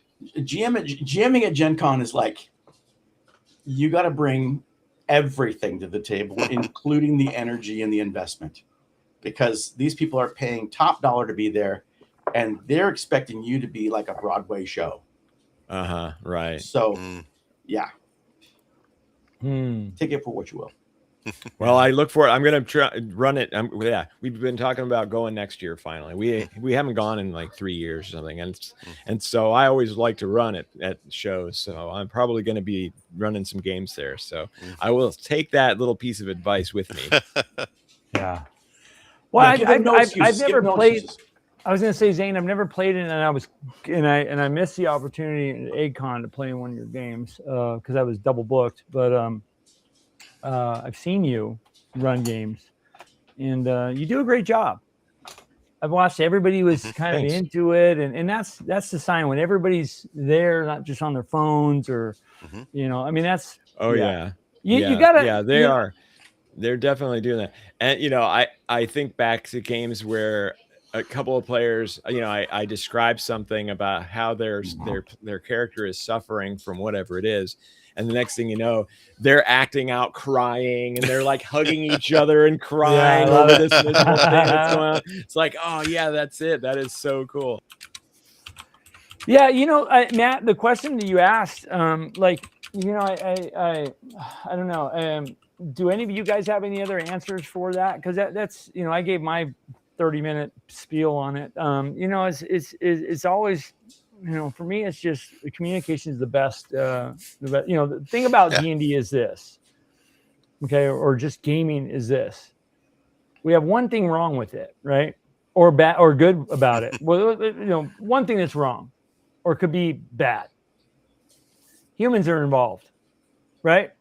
So that it doesn't necessarily have to be a bad thing, but you know, everybody's got a different personality. So you have personalities, and you have ways that people do things, and you have ways, you know, you have the rules lawyer, you have the dude that won't shut up, you have the dude that won't talk, you have the dude that, you know, sits on his head instead of sitting up on a chair normal, you know, that kind of stuff. So yeah, it's just a situational thing. My whole thing is, I think it's communication is the best, you know, but you can use tools to where you're like, okay, 1 second, let me see what Fred's doing. You know what I mean? You can always do that. You know what I mean? Yeah, people you definitely give the other players who might be quieter the opportunity to have the spotlight. Oh yeah. And if you know, sometimes they'll take it and go with it, sometimes they won't. But at minimum, if you give them the opportunity to have the spotlight and don't come to my table if you're quiet. You're going to be called on every time. Yeah, no, not really. No, I mean, that's the correct answer. Is like, oh, you're not engaged. Let's find a way to make you more engaged. Yeah. Right. Make you the project. Yeah. What do you do? You know, like that. Yeah. So, yeah, good stuff. Yeah. Do you guys have any other kind of tips or tools? I kind of went through good around and yeah, you know, another kind of thing to engagement is I try not to focus on one person, and I do go and say, well, what do you do? What do you do? What do you do? And I think we all do this, you know what I mean? Kind of go around the room, you know, and take turns and starting at different places in the room too, not just starting on my left, you know, like with initiative. You know, well, with anything. You might start What's that your die roll reaction with the to it? Person on the right, and then work your way around the table and get everybody involved. Yeah. I mean, just give out experience points for it, man. It's just like what Shane said about, you know, throw out bennies, throw out experience points, throw out whatever I like motivates. That. Yeah. You know, it's like, hey, listen, the squeaky wheel's gonna get the grease, so chirp up. Yeah. But then, you know, if you ever I just came up with another idea, sort of based on what you guys were just saying. Is okay. So you have the very demonstrative player who kind of doesn't shut up, right?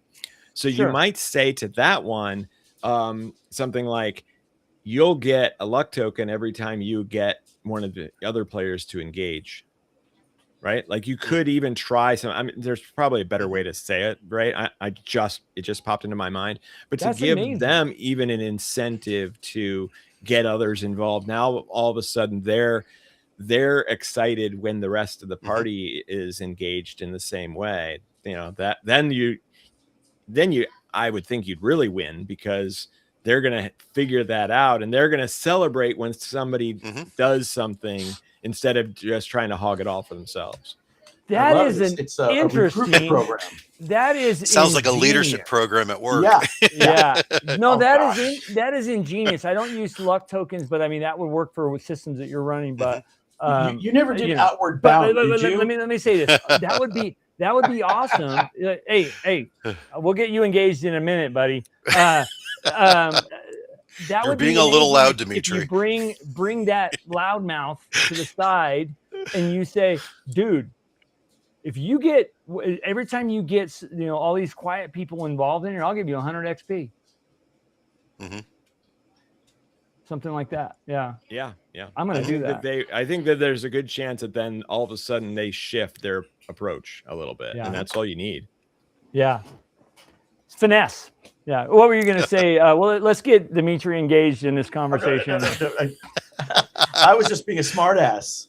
I'm sorry. Oh, I'm sorry. I should have. I should have known that was coming. We have to have a talk. I don't recognize that. That never happens at my table. Yeah. Well, I do have one point left on my note sheet, and then I'm done. Yeah. And this is prep again, but it's about what are we playing? Are we playing rules as written? Are we playing simulationist? Are we playing pulp?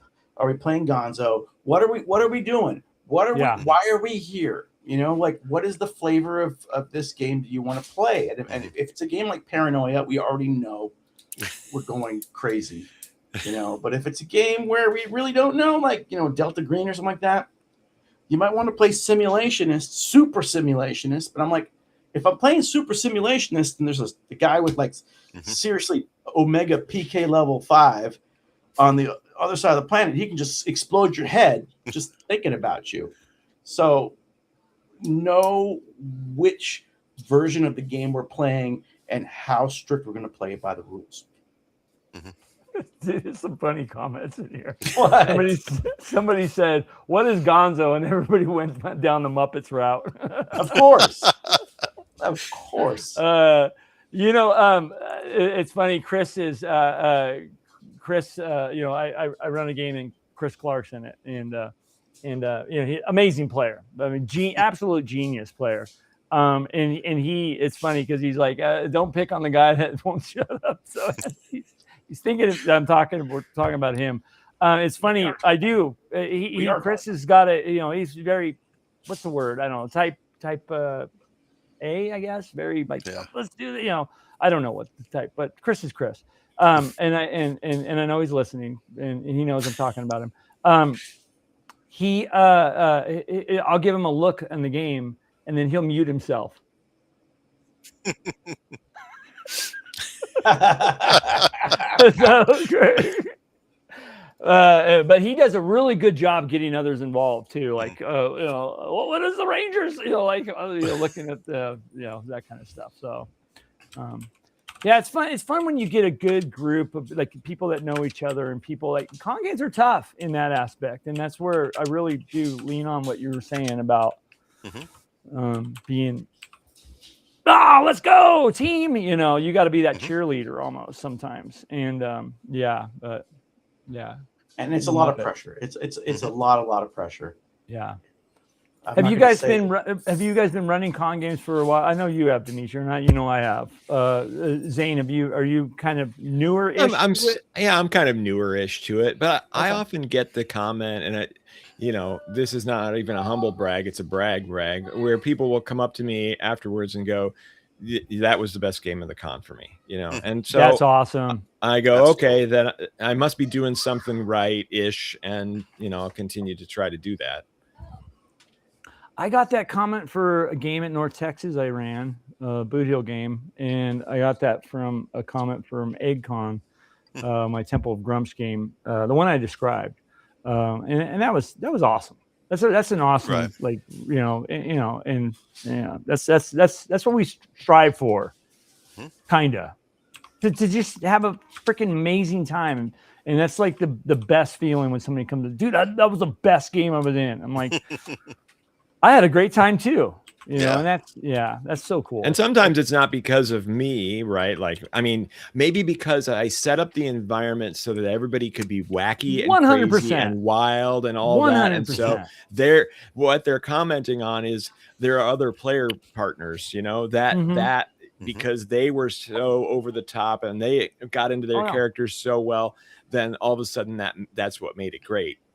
And I think I've never had that comment. What I bring to the table. I've never had that comment from an individual or whatever that I actually didn't agree with them, because like the players were freaking off the hook. You know what I mean? And, you know, and I'm just me. You know what I mean? But just seeing like everybody leaning into the table and really just going for it and just into every single move, every single decision, not just, you know, doom scrolling, you know, White Monster and Goth Girls, you know, on your phone the whole time. Yeah, I mean that's such an awesome thing. Yeah, it's the players, it's not the DM. It's if you get them involved, they run the game. I'll sit back. Whoa. Yeah, amazing stuff. Yeah, that's one growth for me as a DM. I haven't run any games at a con. I've only been going to cons for like 2 or 3 years now. So I wanted to go in and play because I was the forever DM in all my local groups. So now I've done that. I've experienced a lot of new games and different DMs. So next North Texas probably is where I'm going to start running games. I mean, I've run one shots at my local game store and such. Yeah. So not too much different than that, but a little bit. But you're gonna do that in North Texas? I'm gonna, yeah. Dude, I'll be there. Okay. I love the game with you, for sure. Since I just found out we played in a Boot Hill, Alan Hammock Boot Hill game in 2024. Exactly. Yeah. You were just in awe of Alan, and you just lost all. I know. Alan. Yeah, all four. Sign my Inverness. Yeah. All four of us were at North Texas. What a great con that is. Yeah. And I'm looking forward to being back there. Yeah, that was our first time going. We definitely enjoyed it. It was a smaller, because our favorite up until then was Gary Con, just because of the networking fun and the meeting all these cool people at night. Everybody goes to the same place and everybody drinks at the bar and everything. So, you know, there's some cons where you're like, where'd everybody go? It's evening. Like, aren't we supposed to drink and have some fun and meet each other? But I, you know, North Texas was cool. It was like a mini Gary Con for us. Nice. Yeah. There's a great question here from Advanced Fantasy Games. I'm going to bring that up. That guy. Yeah. I have a question. How do you guys feel about the knowledgeable player tries to challenge a ruling diplomatically and professionally? Have you ever felt threatened at the table as a DM? How do you handle? Yeah, I would say I definitely never felt threatened, not at all. Yeah. Like, you know, okay, cool. You know, especially if they do it the way that he described it. What was it? Like professionally, diplomatically and professionally. Yeah, that's awesome. Okay, go for it. Sell me on the idea. Change my mind. Right. And it went because I run Shadow Dark. The book itself says rulings over rules. Yeah. So I can just go, okay, cool. Thank you. Maybe I should have done it that way, but this is the way I'm doing it. So, you know, here we go. Yeah. I think for me, I welcome that. You know, now what I don't welcome is arguing. Right. Arguing about stuff, because if I do make a ruling as a DM, and I try to be very fair, okay, let's take 2 seconds to really look it up. Okay, yeah, slow does work this way. My bad. Okay, let's play it that way. Boom, let's keep going. You know, you don't want to stop a game, lose all the tone, lose all the focus. Everybody else is now looking at their phones, or take the moment out. You know, just everything that was created up to that point and argue about a ruling. That's why, you know, hey, let's make a ruling real quick, or find it in 2 seconds and move on, and then we'll figure it out at break or something like that. I'm the So- first one to say, you know, my bad. Yeah, I was wrong. But when you start arguing, and I had it happen at a con earlier this year, and I fucking lost it. Yeah. So and I just my go back bad to the, on that side, but yeah. I go back to the wargaming thing because I also do wargaming. I do a lot of tactical. I do a lot of skirmish. I do a lot of, you know, I was a tournament 40K player, tournament X-wing miniatures player. The thing is, like, if something is like has not been playing correctly, and then somebody says, hey, by the way, this ruling is not going, you're using this ruling the wrong way.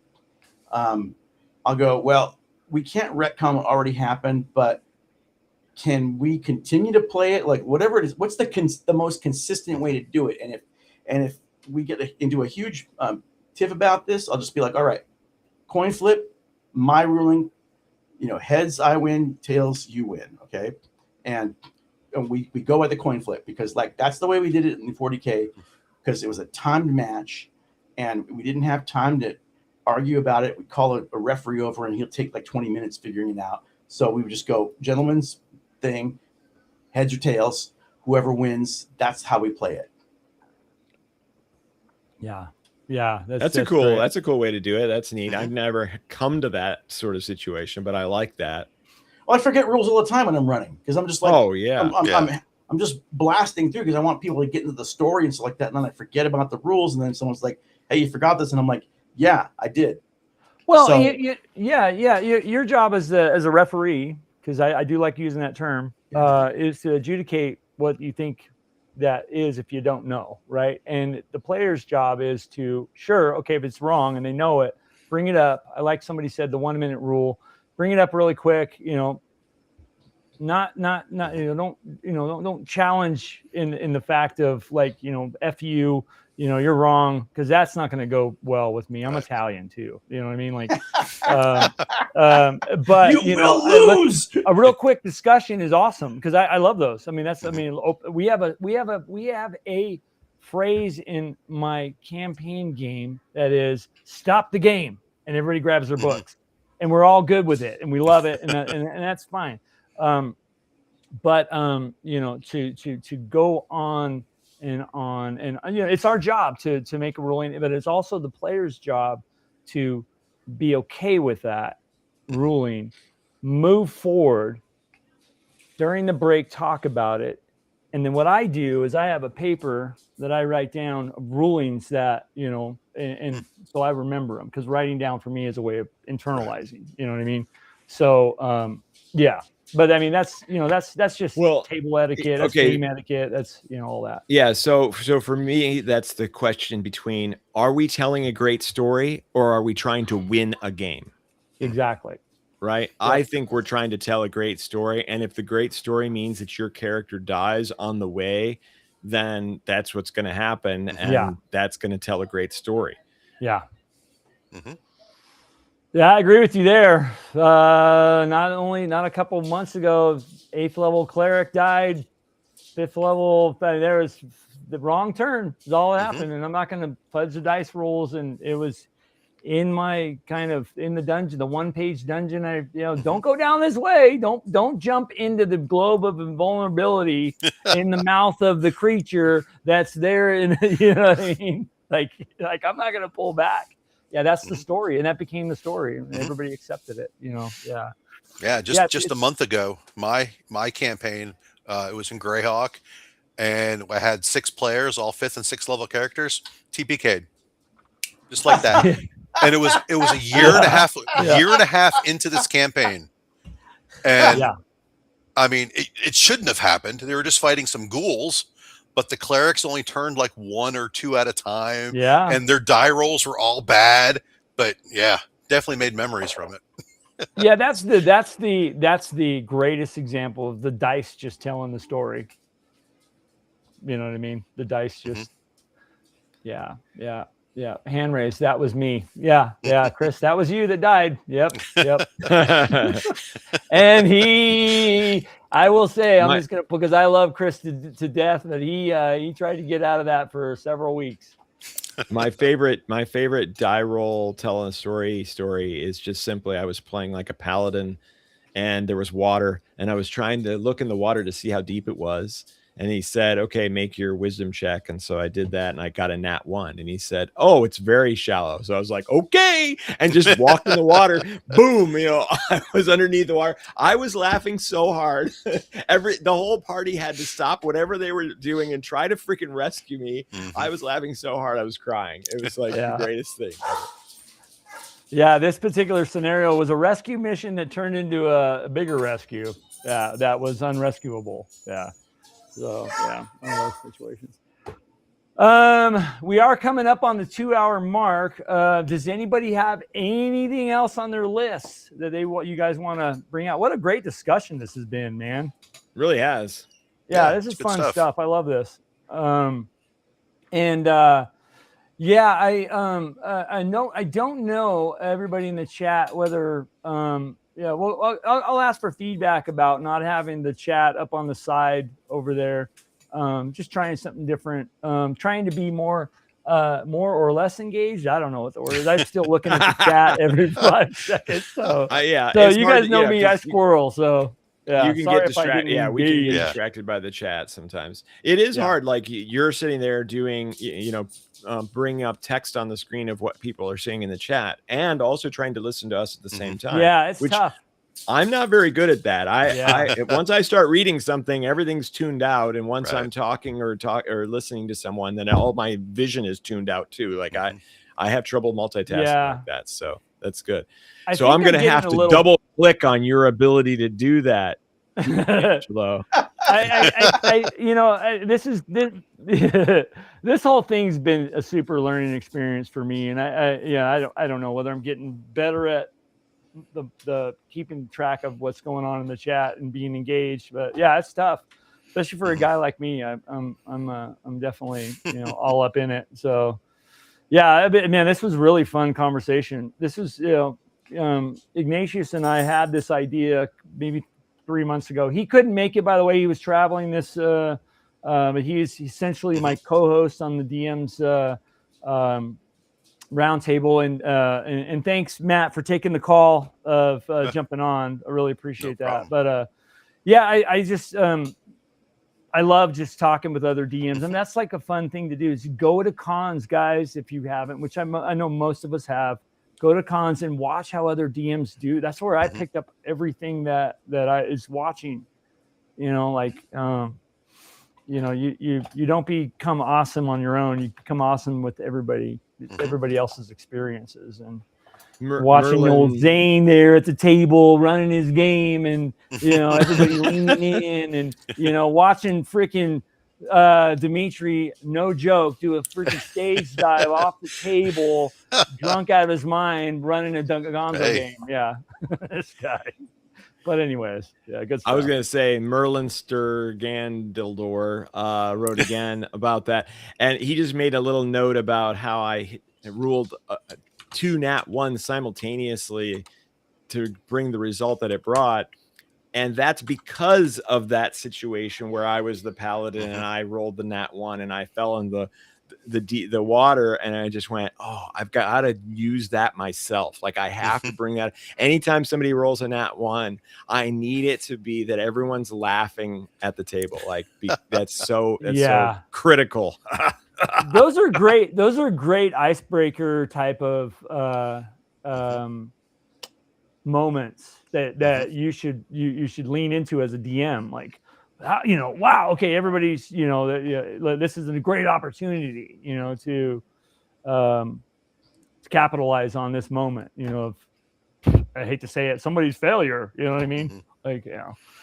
And so in this scenario, I said that they both thought that the other one screwed it up. They both felt like it was the other one's fault, and so that's why they started bickering over it.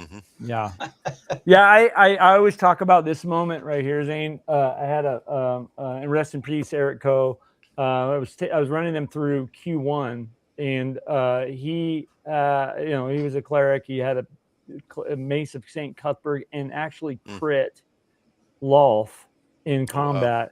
And this guy almost like literally the whole table erupted. Because this was like a 4-year campaign that ended up in this moment right here, and he crit the Loth, and they all still died, because he got mad, magic resistance.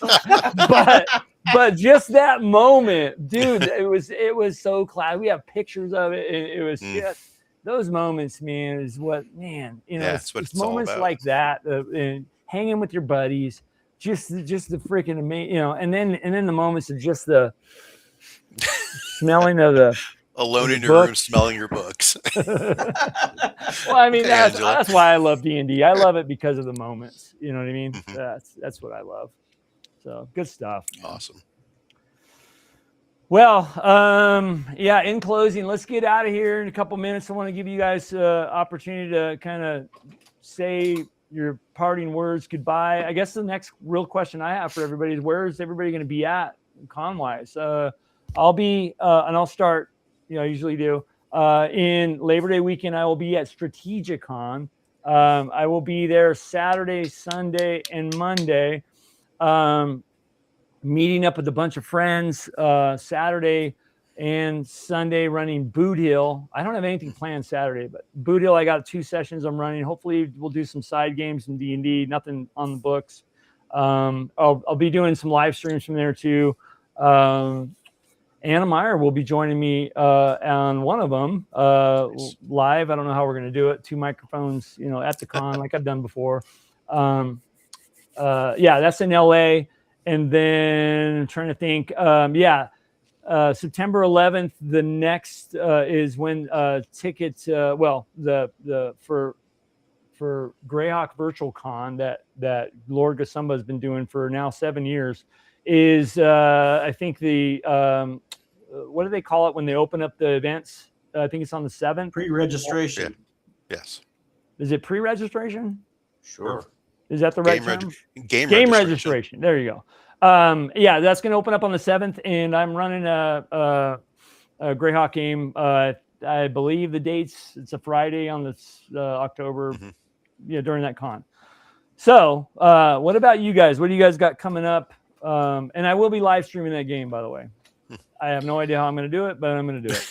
All right. So we're going to Gamehole Con for our first time. We're very, very late ads to that, but they were able to get us in and get us as special guests. And I'm running a whole bunch of sessions of Super Dark.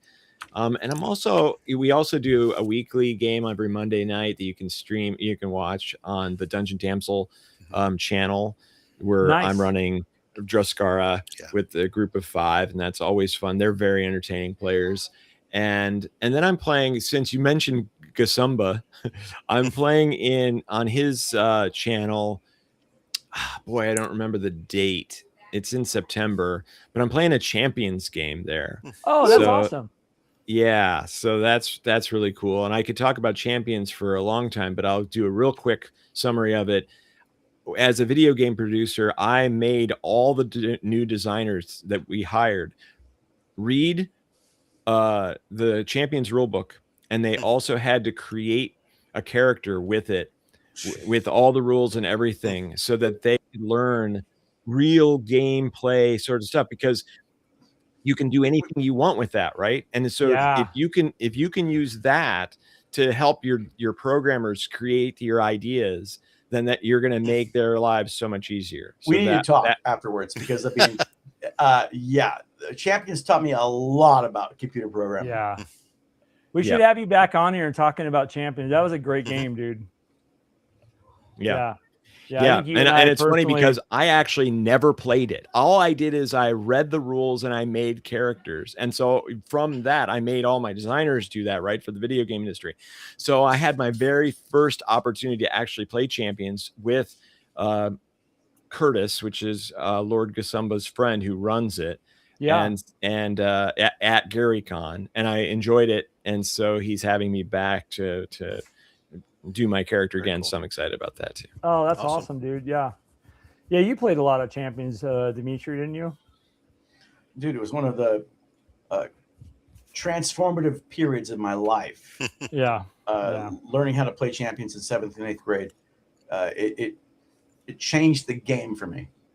Yeah. Good stuff. Good stuff. Good stuff. Well, that's a cool recap, Zane. Yeah. So Gamehole Con. I want to try. I have never been. I want to.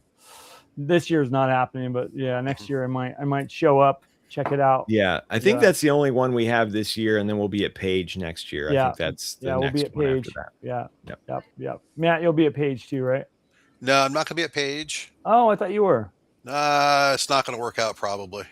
Okay. I got at the end of September. I have ShireCon. Tom Yes. Wilson's. Yeah, I'm repping ShireCon shirt tonight from last year. Yeah, baby. Awesome. That's right. It's a fun time. It's a small. Where's that one at? Connecticut. New Canaan, Connecticut. It's small, only like 125 people. It's a half day Friday and Saturday, but it is so much fun. It's such a good family experience.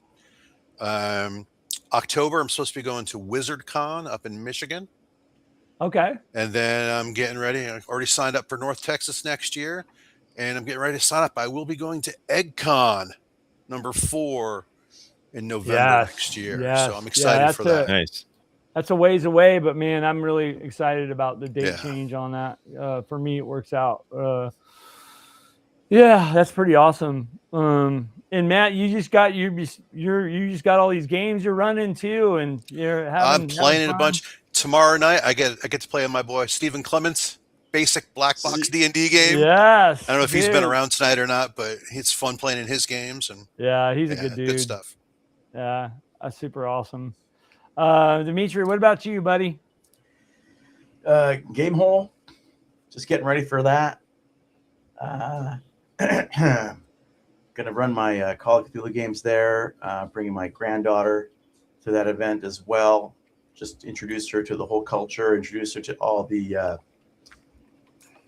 guys, kids. They're all of that same age. They're around 15, 16. I know Luke's kids are a little older, but yeah. Want to get my granddaughter immersed in the scene because she's a great creator as well. She's a great GM. She's an artist, and she's got the passion for it. And so I want her to be immersed in the scene and just see what it's like. She's not going to get the experience that me and you got, Angelo, where we were on our own for the whole weekend. And there was no supervision. Yeah. Unfortunately, that world doesn't exist anymore. Yeah. But yeah, after Gamehole, you know, the big thing for me next year is Genghis Khan. Yeah. And I'm going to definitely prepare for that. But if anybody else wants to invite me as a special guest anywhere else, you know, I'm available. Yeah. Where is Genghis Khan at? That's Aurora, Texas. Oh, okay. What's the time period of that? When is that? That's early February. As a matter of fact, that's probably the President's Day weekend. Okay. And I don't miss that con anymore. I went there 2 years ago, and now it's just like, this is the place to be because this is where all of all the mines are at. The mines are there. It's like I go where the mines are at. So, you know, I love StratCon, but it's just been decimated ever since the 80s. All of the RPG it's not like it used to be. Have fled, and like if I go to Genghis, you know, I can talk to Lance, you know, about freaking Mork Borg and stuff like that. You know, I got all the Gooey Cube guys there. As a matter of fact, you know, I'm there at the Gooey Cube pre-party in Colorado Springs, hanging out with those guys and just swapping stories and figuring out what's happening. And I've never even played in a Gooey Cube game yet, you know, but I'm an honorary part of the crew just because. Yeah, we love those guys. They're great.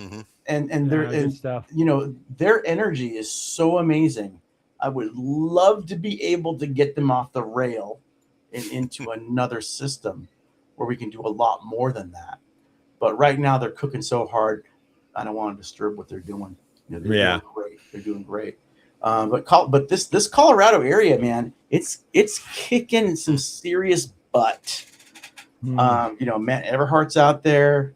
You know, Jeff Richard lives, you know, 50 miles north in Fort Collins. You know, always when Genghis happens, it turns into an absolute scene, and nobody outside of Colorado knows what's going on. But we've got these massive hitters there, and we all have like a little dinner, and we all talk about what's happening, and we all talk about our plans, and we reload and we get ready for what we're going to do. But then we also have a con to present, so we're already fully loaded on that and firing on all cylinders there. So yeah, Genghis, I can't miss out on that for sure. And then Gary, I'm already planning to do some great stuff there. And then Chaosium Con, which I can't miss ever again. So there's that, and that's in April. And then North Texas, I can't miss that one again ever. I'm just obligated to it. And if anybody wants to pay my ride to Gen Con, yeah, I'll be there. But Gen Con otherwise, unless I know they're gonna hand me the Annie, you'll never see me there. I'm sorry, Matt Forbeck. I'll send Matt Forbeck to pick up my Annie if I get surprised. Good stuff. Good stuff. Well, you guys, all right, well, we're going to get out of here. I do want to say thank you guys to everybody that's tuned in, and appreciate all the guests on here. What a great conversation. A little bit of plugging for the channel here. If you guys are not subscribed to the channel, to the DM and Friends, please do. And an interesting thing is we are hovering almost at 5,000 subscribers right now, which is absolutely nice, mind-blowing. And if you see that in back of me, as soon as we hit that, I am going to do a just kind of a thank you live stream where we celebrate, get a bunch of people on, everybody that wants to come on. And I'm going to do a drawing for that Goodman Games box set back here. I'll send it to you. Nice. Yeah, it's been an amazing ride. Yeah, it's so the community, the DM and Friends community, just the gaming community is so it's been a lot of fun, guys. So thank you guys for being here. I will say Saturday we had a kind of a special after party. Brother Anselm, who you would see in the chat, is going to be on the show, and we want to talk about some stuff. And we'll have a lot of the crew on there, but we'll also be joined by him, and he's going to talk about some pretty important things he's doing. And so I would like for you guys to be there because we need to support this guy. Awesome. The other thing too is tomorrow the video comes out on Traps, our collab with Joe Block and Eric Tenkar. So stay tuned for that. It's going to be a fun one. And another awesome HOMMLET video comes out on Saturday. And you guys will like this one because I pull some real things out of my what on it. So. I don't know if that. I mean, I love that module, and it smells good too, by the way. And I want to say one other thing, that if you look at your screen right now and you're watching this video, you want to look down at the bottom where it has an outline of a thumbs up, and that should be black. Mm-hmm.